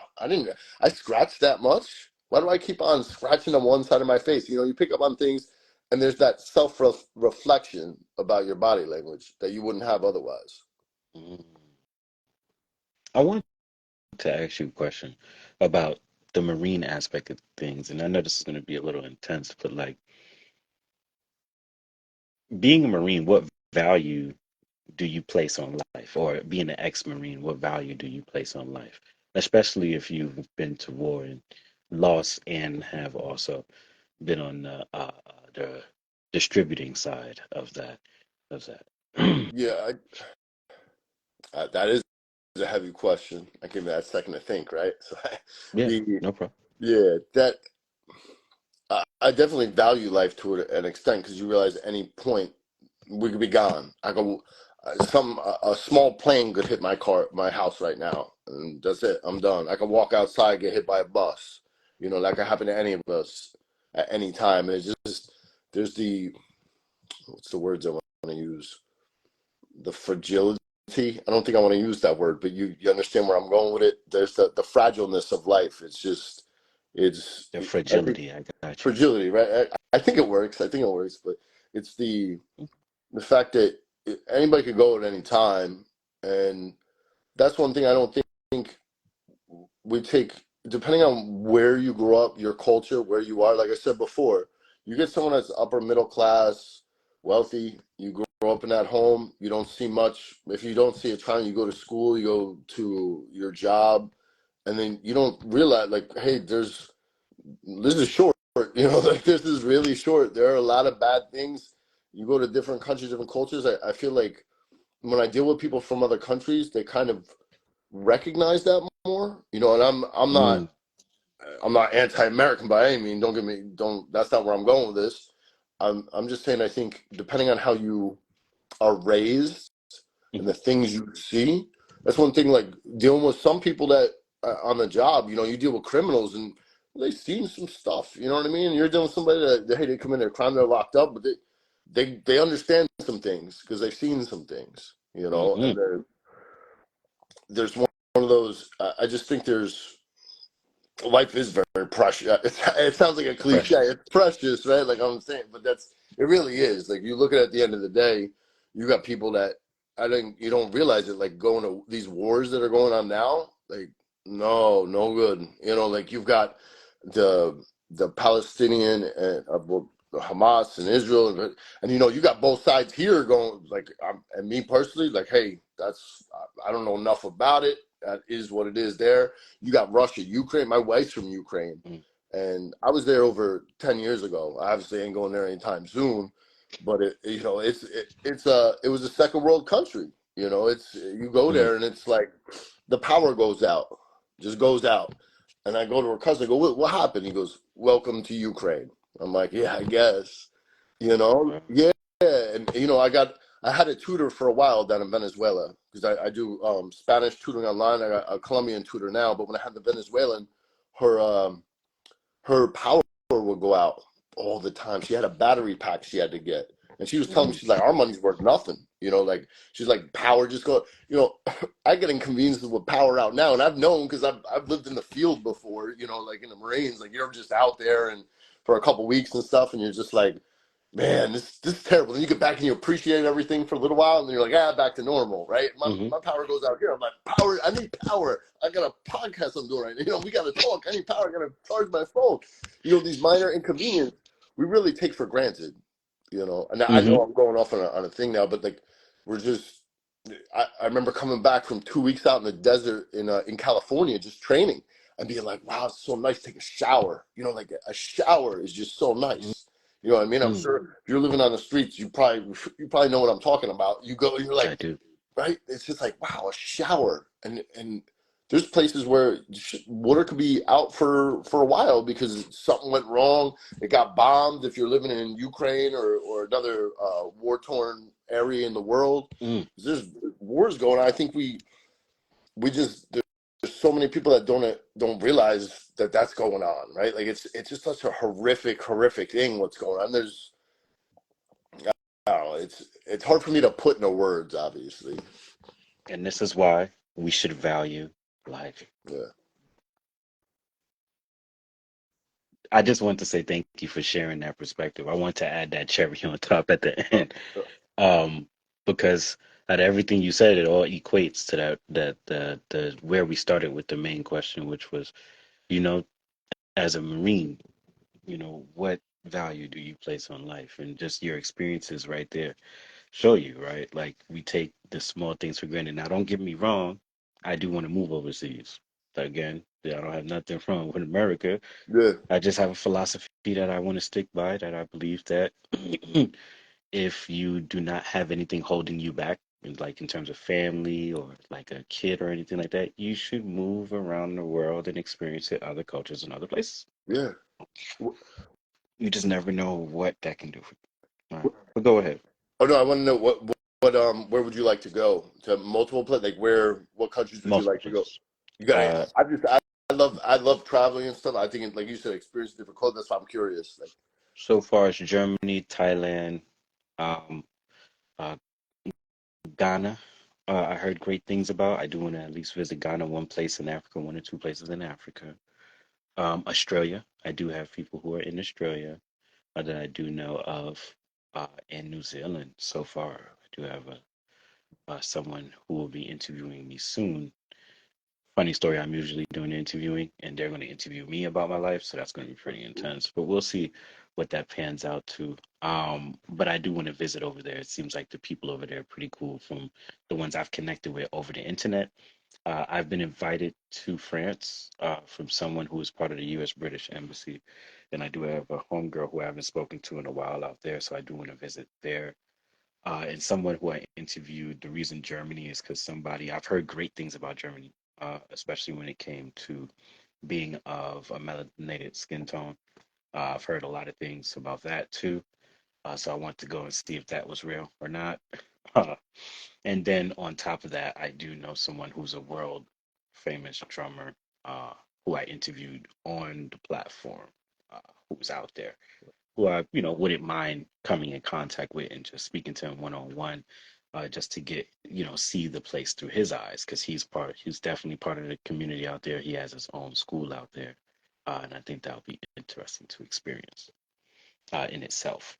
And the fact that I think that with the proper planning and execution, I will be able to get around the world for fairly cheap, yeah, actually. As long as I have some people who are willing to kind of like house me or have me stay with them on their couch for a little while just letting me explore and me do the interviews in their country, I think that would be a great opportunity to kind of just get that ball yeah, rolling there, you know? But moving forward, because this has been quite the interview already. Thank you for giving me the floor. We've been having a great back and forth. Um, when interviewing people in the pursuit of understanding nonverbal communication, because you have done this for sure. What is one thing that you think we all have in common as human beings when it comes to understanding nonverbal communication? when it comes to understanding, I think Yes, that when it comes to understanding, or it could be understanding or exercising nonverbal communication, either or. I think with understanding, we all have to learn more, right? And when it comes to exercising, we're all individuals, and that's something that you have to recognize. There's no blanketed statement that you can say everybody does this when they lie, or everybody does this when they're happy, or everybody does this when they're anything. Like there's certain things that have been shown to be universal with facial expressions, but you have Hmm. to remember it's still individualistic movements, individualistic behaviors, and Mm, especially with the lying, because it's a big thing. There's a big myth out there that people look away when they're lying, but different cultures keep different eye contact. You know, that's one of Mm. those, you can't say, oh, they keep looking away from me, so they don't know. It might be their culture, or it might be an individualistic preference. Someone might not want to look at you, and then you've got Mhm. subcultures. There's a whole list of reasons. There's always more than one reason why something can occur, right? So it's, a lot of times you'll see shoulders pop up in uncertainty. Okay, like and you see that around the world. Like it's one of those things a lot of places you see. And Mhm. I don't want to say it's universal because I don't know. Maybe it doesn't occur in parts of the world that have never had Western influence. But you do see this in many places with many different people around the world when they do uncertainty could be one shoulder, could be both. And when I say it means I don't know, right? But sometimes if I ask you a question, hey, what do you think of Johnny? And you go, yeah, I really like Johnny. It could be uncertainty that you don't know why I'm asking. Maybe you don't know Johnny. Maybe you don't know how to tell me you don't like Johnny. But it could also be, I don't know the words to describe what during a normal conversation. You're like, yeah, so I really like doing interviews just because you're like, how do I word how I feel about doing interviews, Mm. right? And Mhm. it could also be restrained excitement. What do I mean by that? Like a lot of time you ask kids like, hey, you want to go to the pub? Well, ask your own kids or some kids you know. Don't be asking random kids to go play. That might be a problem, right? But you go ask your like if you go ask some of the kids you're related to or something, hey, you want to go to the park or do something they really like? They might throw their hands up when they're real young. They get excited. We don't do that anymore as adults for the most part. Maybe you get somebody at a football game, so you want to draw, yeah. But a lot of times, like, hey, Troy, you want to go to the bar or something? You want to go to the bar? Like, yeah, let's go to the bar. You might be going restrained excitement because you're not going to throw your hands up anymore. Be like, so let's go to the bar. You know, it's just not something that we're doing. Like, Right. you also see hands popping up, but yeah, there's the major thing I think that needs to be recognized. You're looking for a baseline behavior, something that somebody does a lot, and then changes in that. Okay, so if I've been talking to you for this amount of time, we've been talking for like an hour, 20 minutes, and I ask you a question and you go like this before, I'm going to take note of that because that's something I haven't seen. However, if you've been doing that throughout for, let's say, 5 or 6 times, well, guess what? You might have sinus issues. You might have sniffles. You might have a cold, seasonal allergies. Who knows? Mhm. But if I don't see it, we've been talking this amount of time, and then before you answer something, when I ask you a question, I'm like, whoa, that's interesting. I see that's a change in baseline behavior. Why is that occurring? Do you not like something I said? You'll see that a lot when people see something they like, but that could be something that you just do. You just do all the time, and I didn't pick up on it for whatever reason because there's a lot to read.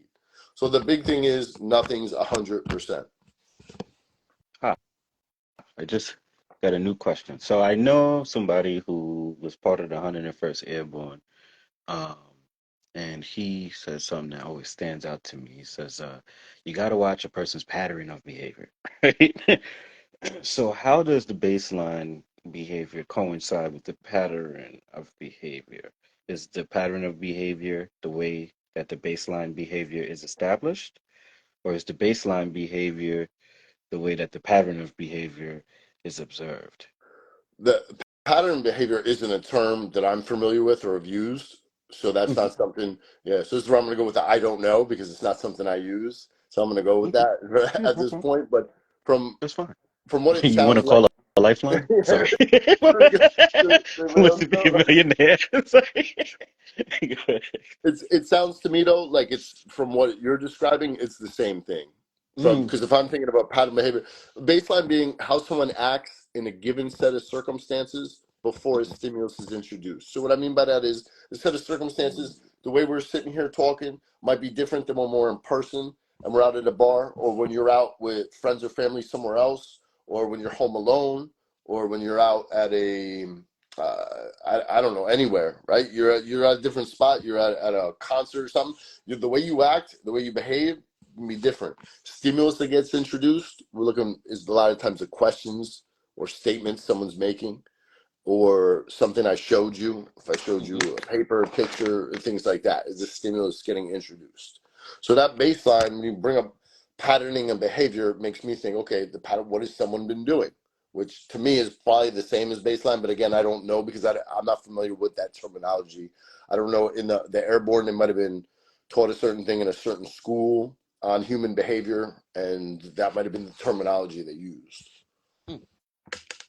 Yeah, I'm unsure actually where it stems from myself. I do understand it though. It's like, what people choose to do in their everyday life. Like, perfect example, like the way I hold my face like this sometimes, when I'm really thinking about the next question that I want to ask, Yeah, I'm just like, interesting, or either I might go like this, or either I'll go up close.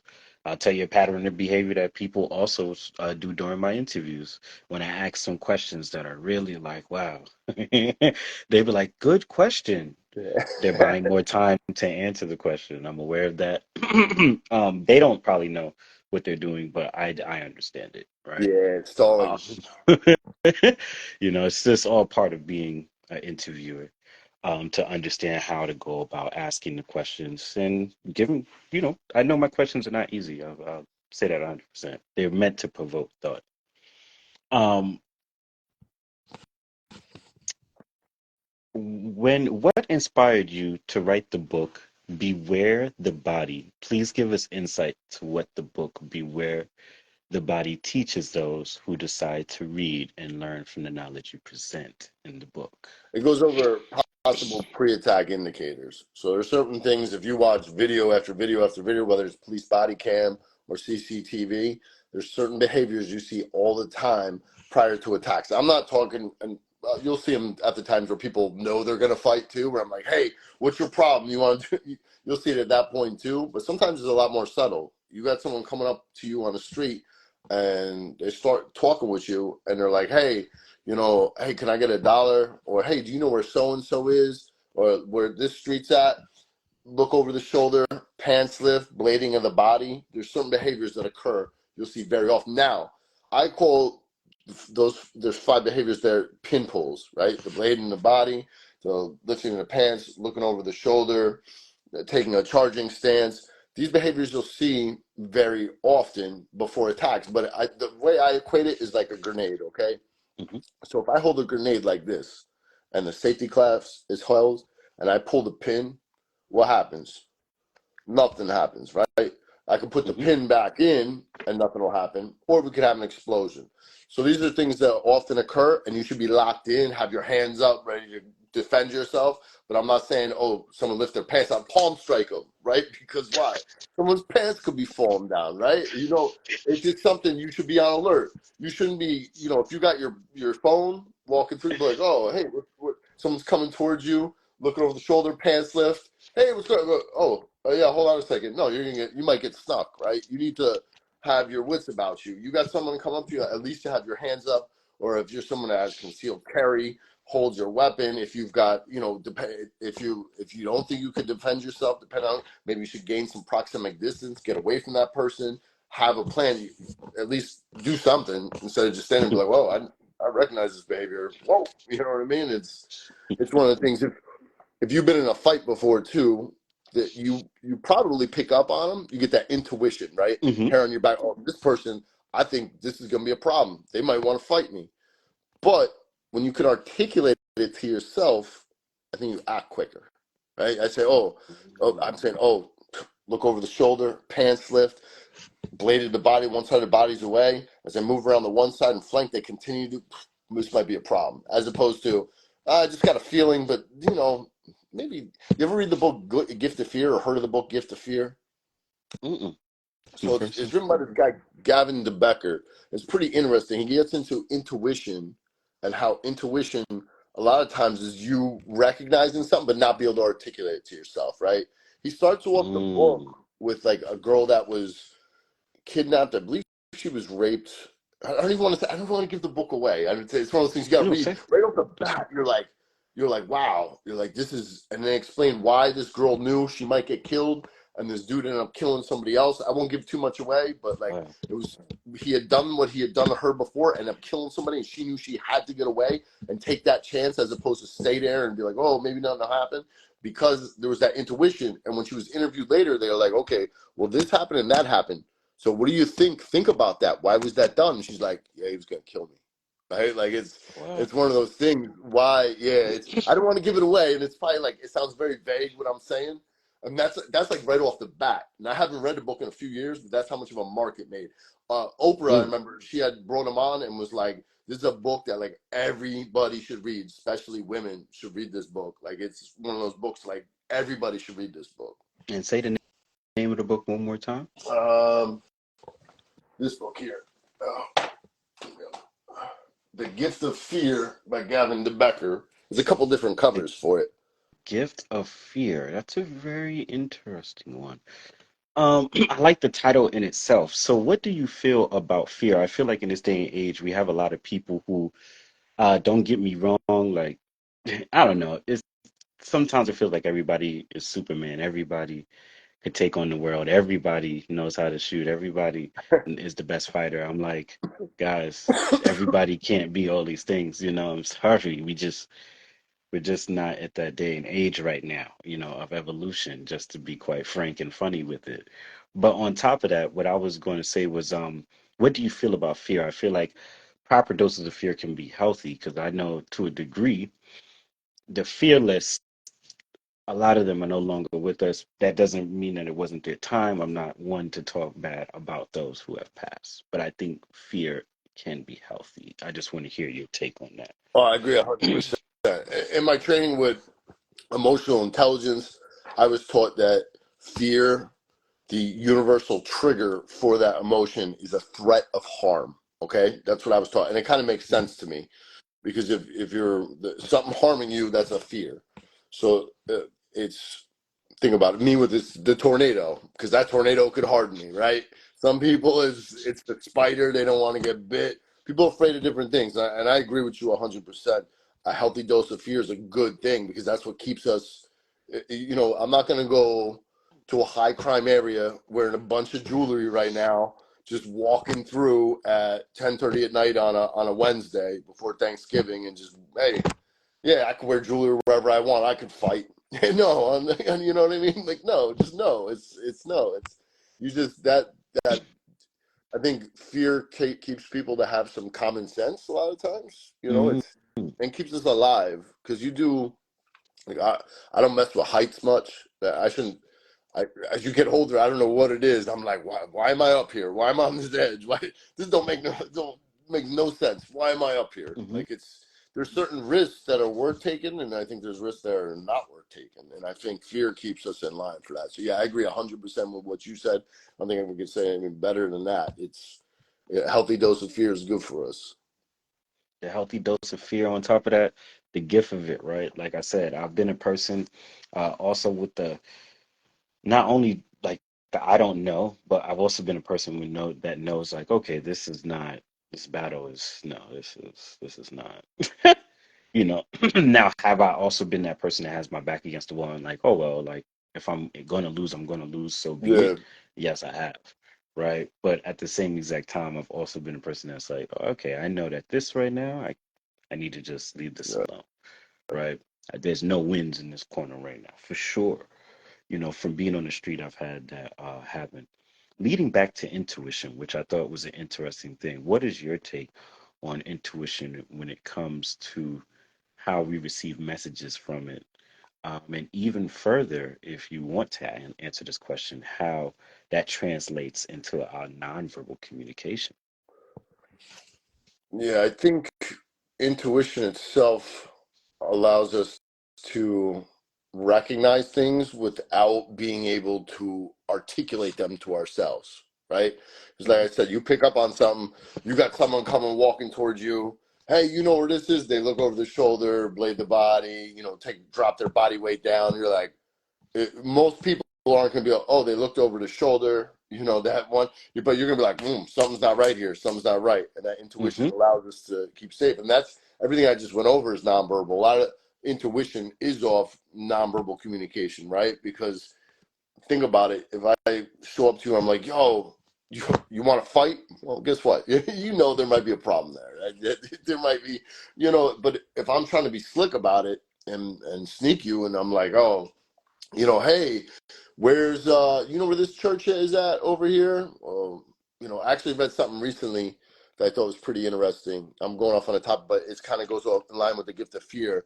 The one guy on a meme said, "You are not the," and I'm not doing it justice. I just read on Instagram the other day that guy's like, I teach my daughter to understand she is not the answer to a grown man's problem at a gas station in the middle of the night or on the side of the road, or the way it was worded was really good. Like, hey, why is someone coming up to you for help for something, right? Because a lot of times people play off that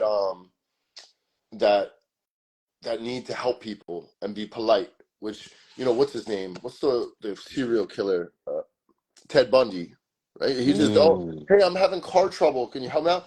Most people be like, I mean, it's a little different when we're from here. Hey, I ain't got time for that, right? But most of the country people are a little bit more polite, right? Like you go to parts of Texas, people, oh yeah, you need help with something. What do you need? Like I'm here to help you out, and you might have that intuition, like, well, why are they asking me? Why is something not right? But no, I still want to be polite, and that's a big part of what the gift of fear is about. You got Mm. somebody like, hey, uh, you know, it's kind of ridiculous to say because I'm just spitballing here, but you're outside a bar grabbing a smoke or something, 2 in the morning. Somebody's like, "Hey, I found this dog out here. You know this dog? Here, come here, help me out. I don't know. It's a dog. It looks like it's stuck. You gonna go around into that alleyway with this dude? Nah, I don't know you. I'm not going there. But some people might feel like, hey, I want to go help this person out. There's a dog stuck in an alleyway. I gotta help this person, right? No, you Mm. don't go in that alleyway. You don't do it. And it's well, I don't want to seem like I'm hurting anybody's feelings or that I'm scared of them. Well, you don't have, and in Gift of Fear, he words it a certain way. He goes, you don't have an obligation to put yourself in harm's way or something along those lines, right? Like why You do politeness not. comes to a certain point, right? You'd be respectful to people, but hey, like I said, in this area it's a little different. Like, hey, I don't know you, I don't know what your problem is. Go call somebody else type deal, right? But other parts of the country, people are a lot more polite. You go down a street in Kansas, people are waving at me. I'm like, who you waving at? I don't know you, right? Like you drive, like it's kind of people wave before you drive. Like you can't even see who I am. You're waving at me. Like what? I'm not your neighbor, but people do that just because no one's living in that area, right? And I go on I'm sorry, I know I go down tangents. I just keep going. Oh, a question I have for you that kind of came to mind that I thought was interesting was, how do you think anxiety ties into intuition? I know that's a stretch, but one day I was thinking about anxiety, and like sometimes like somebody was like, you might have social anxiety. And I was like, I'm just like kind of like allergic to ignorance. Um, but the thing is, when dealing with people, you're like, at times when I get anxiety, I know me and the person are not in alignment, right? And so it's like my intuition telling me like, whoa, whoa, whoa, whoa, you and this person, you're not, y'all don't gel, y'all don't fit. Yeah, And I've had that happen to me with certain people that I knew we just didn't gel, right? And I thought that was a very interesting observation that I was able to observe within myself. Like every time this one person comes around, I don't feel right. I feel uneasy. I feel very unsettled. And that would be, somebody would possibly call that anxiety. And I think, nowadays, I don't know. I'm not, it's a dynamic approach to something, but it's something that always comes to mind when I hear people be like, hey, I got anxiety, or I have social anxiety, or, because I know there's different type of yeah, anxieties. But one day I was just observing myself, and I was like, hmm. I'm like, is this really something that's bad? Or is it just that we're around the wrong people a lot and we don't really feel like comfortable or safe around these people? And then think about it in a bigger way about the society that we're dealing with now, where hyper individualism is at an all-time high yeah, and everybody's trying to look out for self. And it's rare that you kind of, not saying that people don't got good friends, but it's rare that you have a large amount of people who are trying to like do the right thing, like a Spike Lee joint. um, and so I think because you run into so many different people that don't necessarily fit you, it causes this anxiety. Then think about the way society is designed. You have to deal with certain people, jobs, things of that nature. mm-hmm. So you might be getting anxiety from those people you have to deal with that you're not in alignment with. And so people call it a disorder because it takes place so much because a lot of us are not in the proper alignment with the people that we're supposed to be in with because of pressures that we have to deal with in society for the sake of money, survival, and us to somewhat live, right? I'm just, know I'm stretching here, but what is your take on that? Yeah, right from the beginning, I was like, I don't know. That was my initial. But as I started thinking, yeah, I don't know how it aligns. But just you got me thinking though about times myself, personal times where I'm dealing with somebody years ago, and I'm like, this person, you get that anxiety dealing with them, like you said, with some people, and I'm like, she's, out. And the more I got to know this person, the more I was like, they're out of their mind. And like, if you look at, I'm not a psychologist, right? But if you look at the sociopathy checklist, check, check, check, check, check, check, check, right? And you just keep checking them, and I'm like, no, it actually brings. I'm emptying the library out over here. I got a book. It's called Dangerous Personalities, written by Joe Navarro. If you're Mm, familiar, who's a former FBI agent. He's big in body language, big time. Like if you read a body language book, it was most likely written by him. But then he wrote a book on dangerous personalities. Now, not a psychologist, but he's got like checklists there. And this isn't the one I went off of for the sociopathy, but for the other person I was dealing with.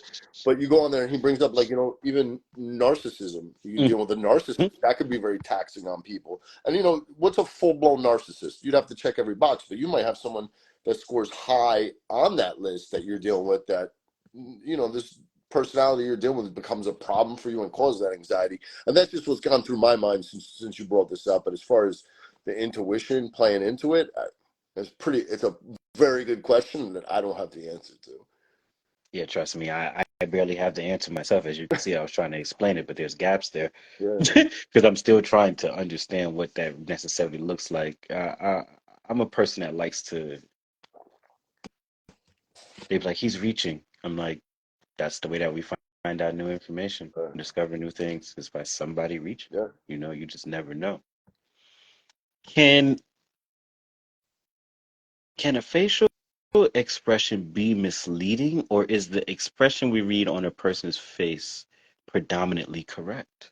It can be misleading. You can have, this is what I go, my understanding, because I've gone off of what Ekman's research, it's from Dr. Paul Ekman, who's written a few books, decades studying facial expressions, deception, and emotions. Mm, So my mm, understanding is there's false and masked expressions. Okay. Now again, I haven't. This is my disclaimer because I haven't done the research myself, but this is what I've been taught, and this is what I pass on.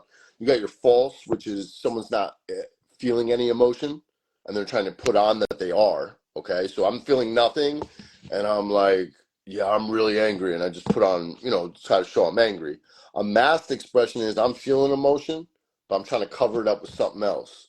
Good example of that mm, is you got a friend of yours that told you, I don't know, it's a friend you work with, and they got promoted, okay? And they're a friend of yours, but you expected to get that promotion, and they're like, hey, I got the promotion.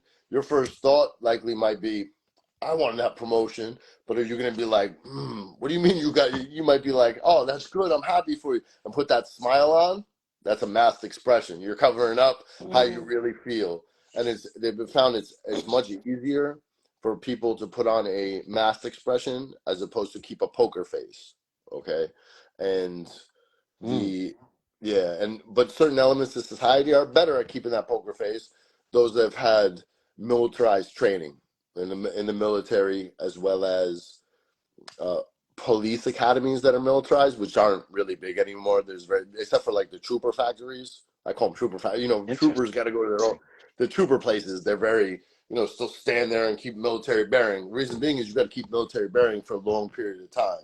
So like when I was in the Marines, Mm, you got basic training. You got to go in that place in your mind. Drill instructor does some real funny stuff, and you're just, you got to go like just nope, no.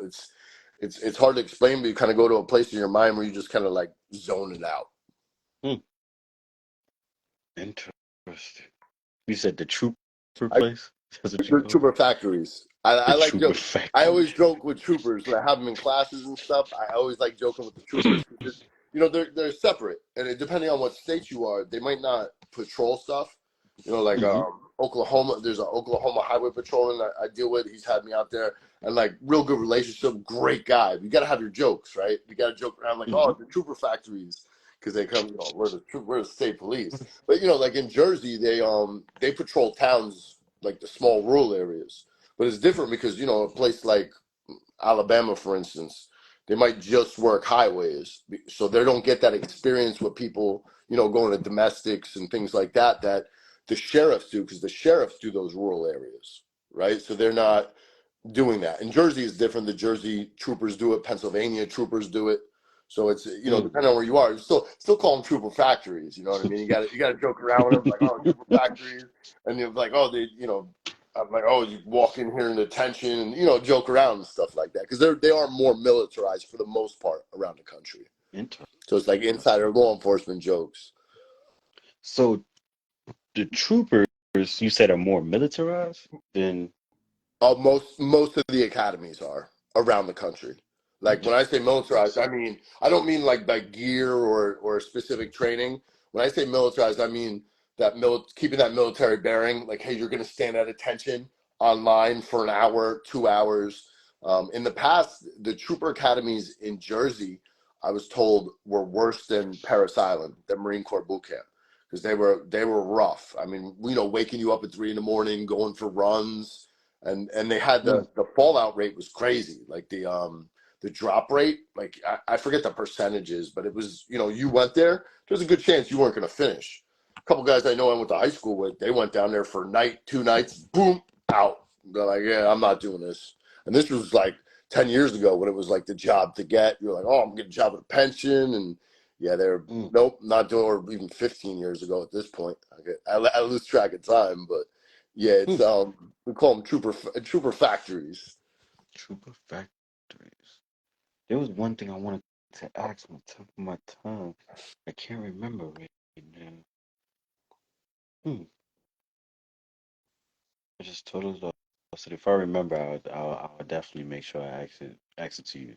Even though it sounds straightforward, what is aggression detection? It's like recognizing when someone's become aggressive and possibly wants to fight. Because again, like I said, if you come at me and you're like, Sean, who's your problem? And you want to fight, or hey, you start yelling, cursing, you raise your voice. Okay, I get it. There's a problem here. But there's those other times where someone's becoming aggressive and people don't even realize it. Mm. Mm. Interesting. One. Mm. Actually, I have a side question. It's like a fantasy question. What would the world look like if everybody just really stuck to what they actually felt? What do you think the world would look like? Hmm. Instead of like masking, because there's a ton of masking that goes on now. I'm Oh, telling you that right now. For sure. A ton. that's one of those questions I'd have to sit and think about, because that's a philosophical question I got to sit and think about, because would it be better, or would it be worse, or we'd all just be used to it? Like when our culture just define that, then like, hey, I'm going to tell you everything I think, and then all right, that is what it is. Like, there's no masking whatsoever, and just no, I wanted that job, but then I'm like, oh, that person's effed up. They shouldn't want. They should be happy for me. I don't know. That's a good question. Yeah, it's pretty rare that somebody says exactly what they thinking all the time. Pretty rare. Yeah, I used to be close to doing that, but I over the years I became more quiet, and due to professionalism and man, you can't say everything that comes to your mind there neither, and I had to learn that through working yeah, jobs for sure. So yeah, it's very interesting the world that we live in. I wonder if more honesty would be a healthier or would it hurt us? It's interesting. Reminds me of this movie I saw. Everybody was in a virtual world, and I forgot the name of the movie, but I'll just tell you the gist of it. Everybody was in a virtual world, so these people have figured out how to hack the virtual world and take everybody out to return back to the real world. But the real world was like in shambles. And so these people went ahead, hacked the system, did what they did, got everybody out. And the same people they freed came and killed them because they want to go back into the virtual world. It was crazy. So sometimes basically what I'm saying is like, imagine that. Like, let's just let everybody be honest. And they're like, yeah. I no, we rather go the back to that. fluff because it was better. Yeah. So very interesting, man. Um, in your opinion, outside of physical forms of aggression, what are all the other forms of aggression you have taught others to detect? When, pretty much physical. I've never gotten over verbal aggression or, because like again, you see verbal aggression, it's pretty much, hey, you're gonna know it. You should know when someone's coming at you sideways verbally. When I break down in the book a lot of different types of aggression, such as predatory aggression, someone chasing down, and I go over paternal or maternal, which is pretty much parental aggression. It's always been maternal aggression, but you've got parental aggression. What do I mean by that? You get Papa Bear, right? Or Mm-hmm. Mama Bear's around, and Mm-hmm. you're near the Cubs, you might get some aggression, and that's something I really go over with law enforcement. You're going to arrest somebody, or you end up getting into it with someone's family member. Well, guess what? The parent, that's somebody's kids. You got to remember that. You go lock them up. You might want to do like, all right, hey, I'm going to talk to them outside here. Like, we got to go over there. Because now you might have to go. Not only you got someone resisting, if that happens, now you got a mother, father jumping in. It's you might have to, hey, the only reason being because that's their kid, and that's something that's very legit. I got kids. Mm-hmm. You mess with my kids, that's gonna be a problem, right? Like, I'm Mm-hmm. even keel. We're gonna there's gonna be any. It's that aggression that occurs from that predatory aggression. You've got that chasing down, very similar to a wolf, buffalo, and things like that. You get someone you're dealing with. You get someone that runs. You might Mm-hmm. have somebody, you start getting into it, they might be like, oh, well, now I'm running after that person. And it almost becomes like a predator prey situation, right? You might have to go, well, now I'm running after somebody. I'm the one chasing. There's a lot of different, there's sexual aggression, there's inner male or inner female aggression. Think about it. So, then you're looking like, what? All right. So you and I, we get along fine here, right? Are we going to get along just as well? We live inside someplace, the two-bedroom apartment for 2 years. We're probably going to get into it at some point. This is my area, which is also and they do cross in. You've got territorial aggression. This is my area. What are you doing here? We don't just like, hey, especially in our culture, hey, that's your place. I'm not going to go walking into your place. You're not going to Mm-hmm. come walking into mine, right? Like, what are you doing here? It's there's a lot of different reasons why people become aggressive, and I outline them in the book. For me to go in great detail off memory, I'm not going to do so that well because it's not something I rehearse when I go over things with people. But I did the research into it and looked in some different things that have been studied. There's also competition aggression. What I mean by that, you got Mm-hmm. someone that's becomes competitive. Just, hey, I got to be the one. And again, they cross over. It could be competitive for territory. It could be competitive for sex. There's a lot of things that cross over. Mm-hmm. Interesting. Well, for one, I want to say thank you for coming on and being interviewed by me. I know I'm pretty tired. My eyes are like getting smaller and smaller as I continue to interview.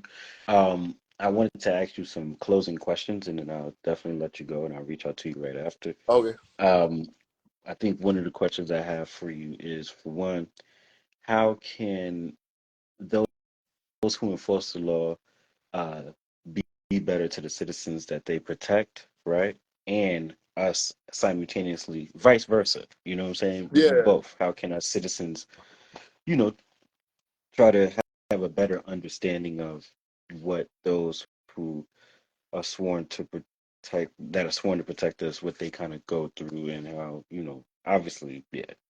I mean, a simple answer would be like, we could just be better citizens. Yeah, yeah. But no, I I mean, got you. yeah, I would love for, to hear your take on that, both sides of the coin, not just one.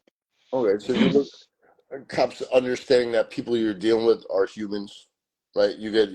Sometimes you get lost in that kind of like a doctor dealing with a patient type deal. Not that I've ever been a doctor, but you look at it very analytically, but you got the majority of people, even when they commit crimes, they got drug issues and things like that. And if it wasn't for that, they'd be productive members of society without an issue. Are there your Mhm, sociopaths, psychopaths out there? 100%. Is there evil out there? mhm, 100%. But we have to mhm, recognize, yes, there are people that, hey, they got the raw deal. And if you grew up the same way as the other person, you might be doing the same stuff they're doing.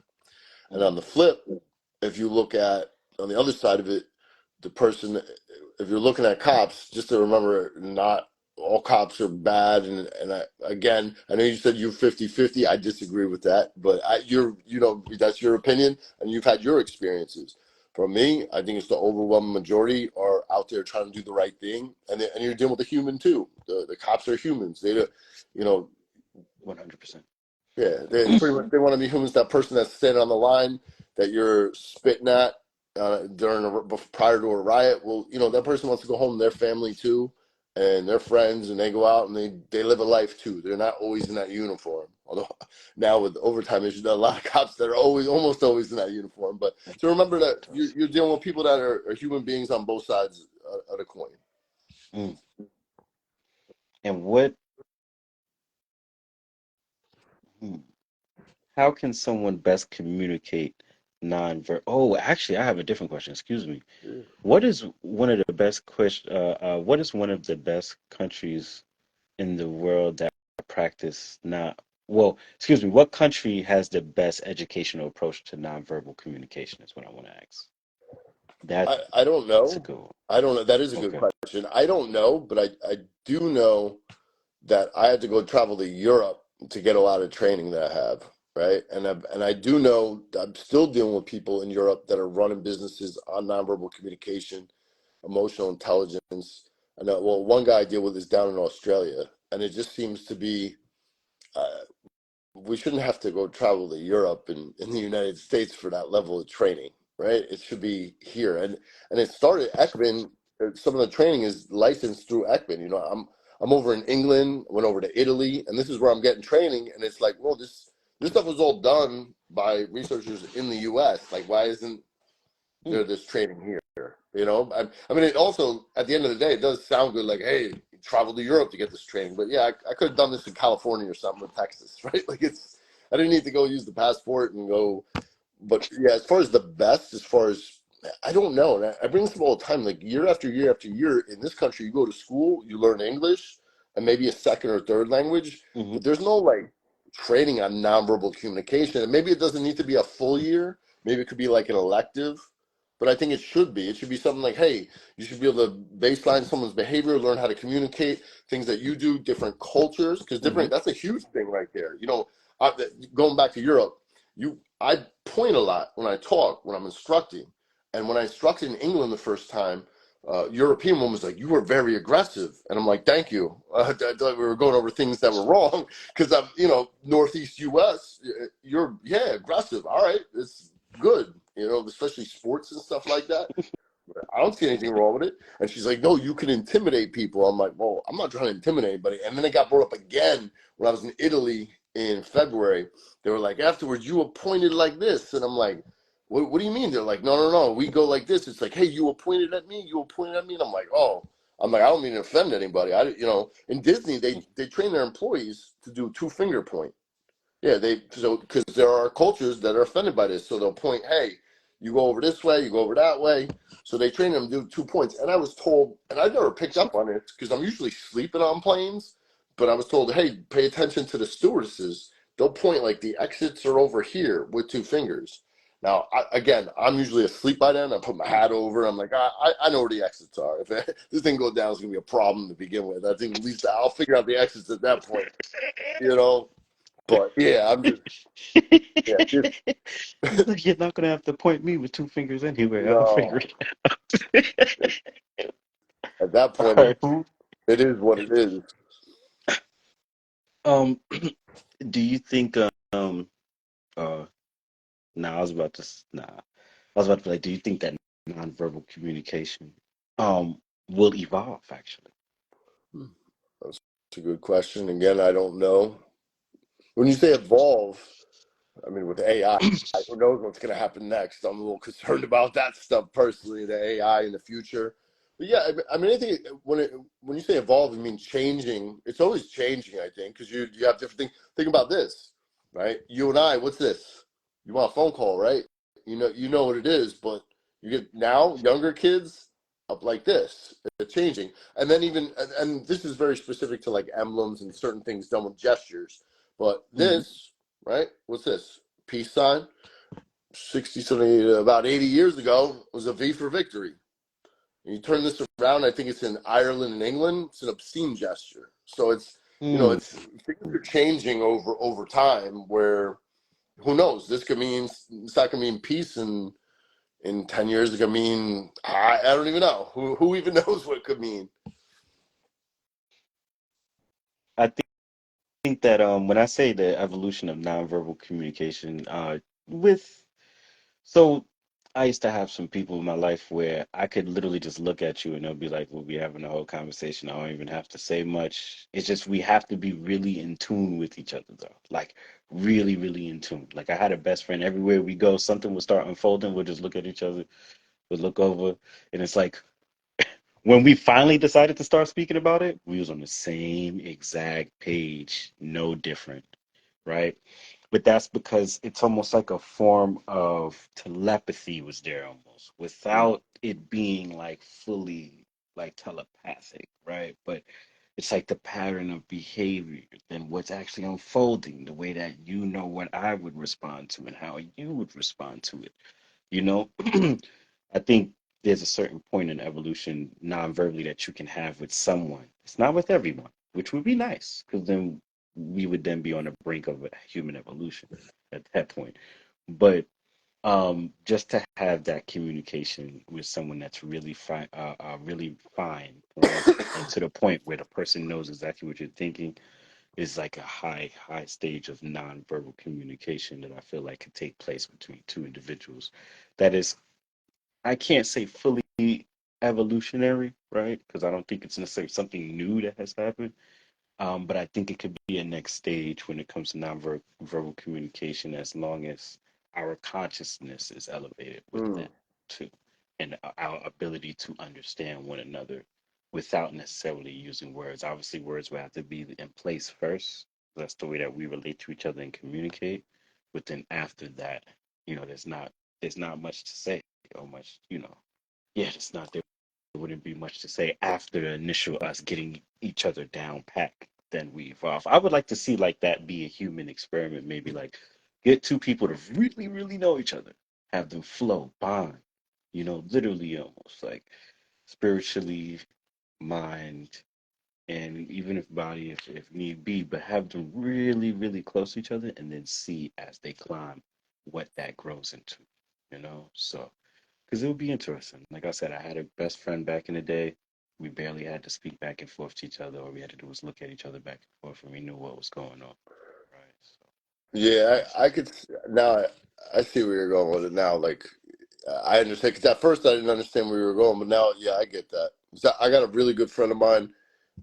Barely have to talk to. We're out in public, and this one was I almost know what he's thinking. He also does though. He's Dominican, so he does the lip pointing, oh right? yeah. And I can't do it because it's not smooth with me, right? Because it's like it's weird, but it's real smooth, and he'll be like, and they'll point, and I'm like, he wants me to go look over there because he wants me to look at whatever's over there, and then there's a reason why, and I don't even have to speak to him. But you know what I'm Listen, talking about? I mean, you lived in New York, so I know exactly what you're talking about. I'll show you a more intense example. One day I had got in trouble in California. I'm not gonna get into details. So I'm sitting, the police show up, and they're sitting there. They're trying to figure out whether they're gonna let me go or not. They're over there talking back and forth. One officer was looking at me. The other officer, like he had caught on what was going on. But while they was like, "Do you want to release him or no?" I looked at the woman and I was like, the other officer looked at me, looked at her, 'cause he saw the whole thing go on. And to be honest with you, they went in the back. They talked because he was like, "Come with me." He took her in the back. They talked because he saw that I was yeah, tapping in with the universe at that point. Like, oh no, we're gonna have to yeah. get ourselves out of this one. And they went ahead. They came out, and guess what they did? Let you go. They let me go. Sometimes people don't know the decisions they want to make until you show them. Yeah, Sometimes people don't know that they like things until you introduce it to them. yeah. It's a known fact, you know. But the last question I have for you today is, what does being human mean to you? Notice my change in body language while I thought this over. Uh,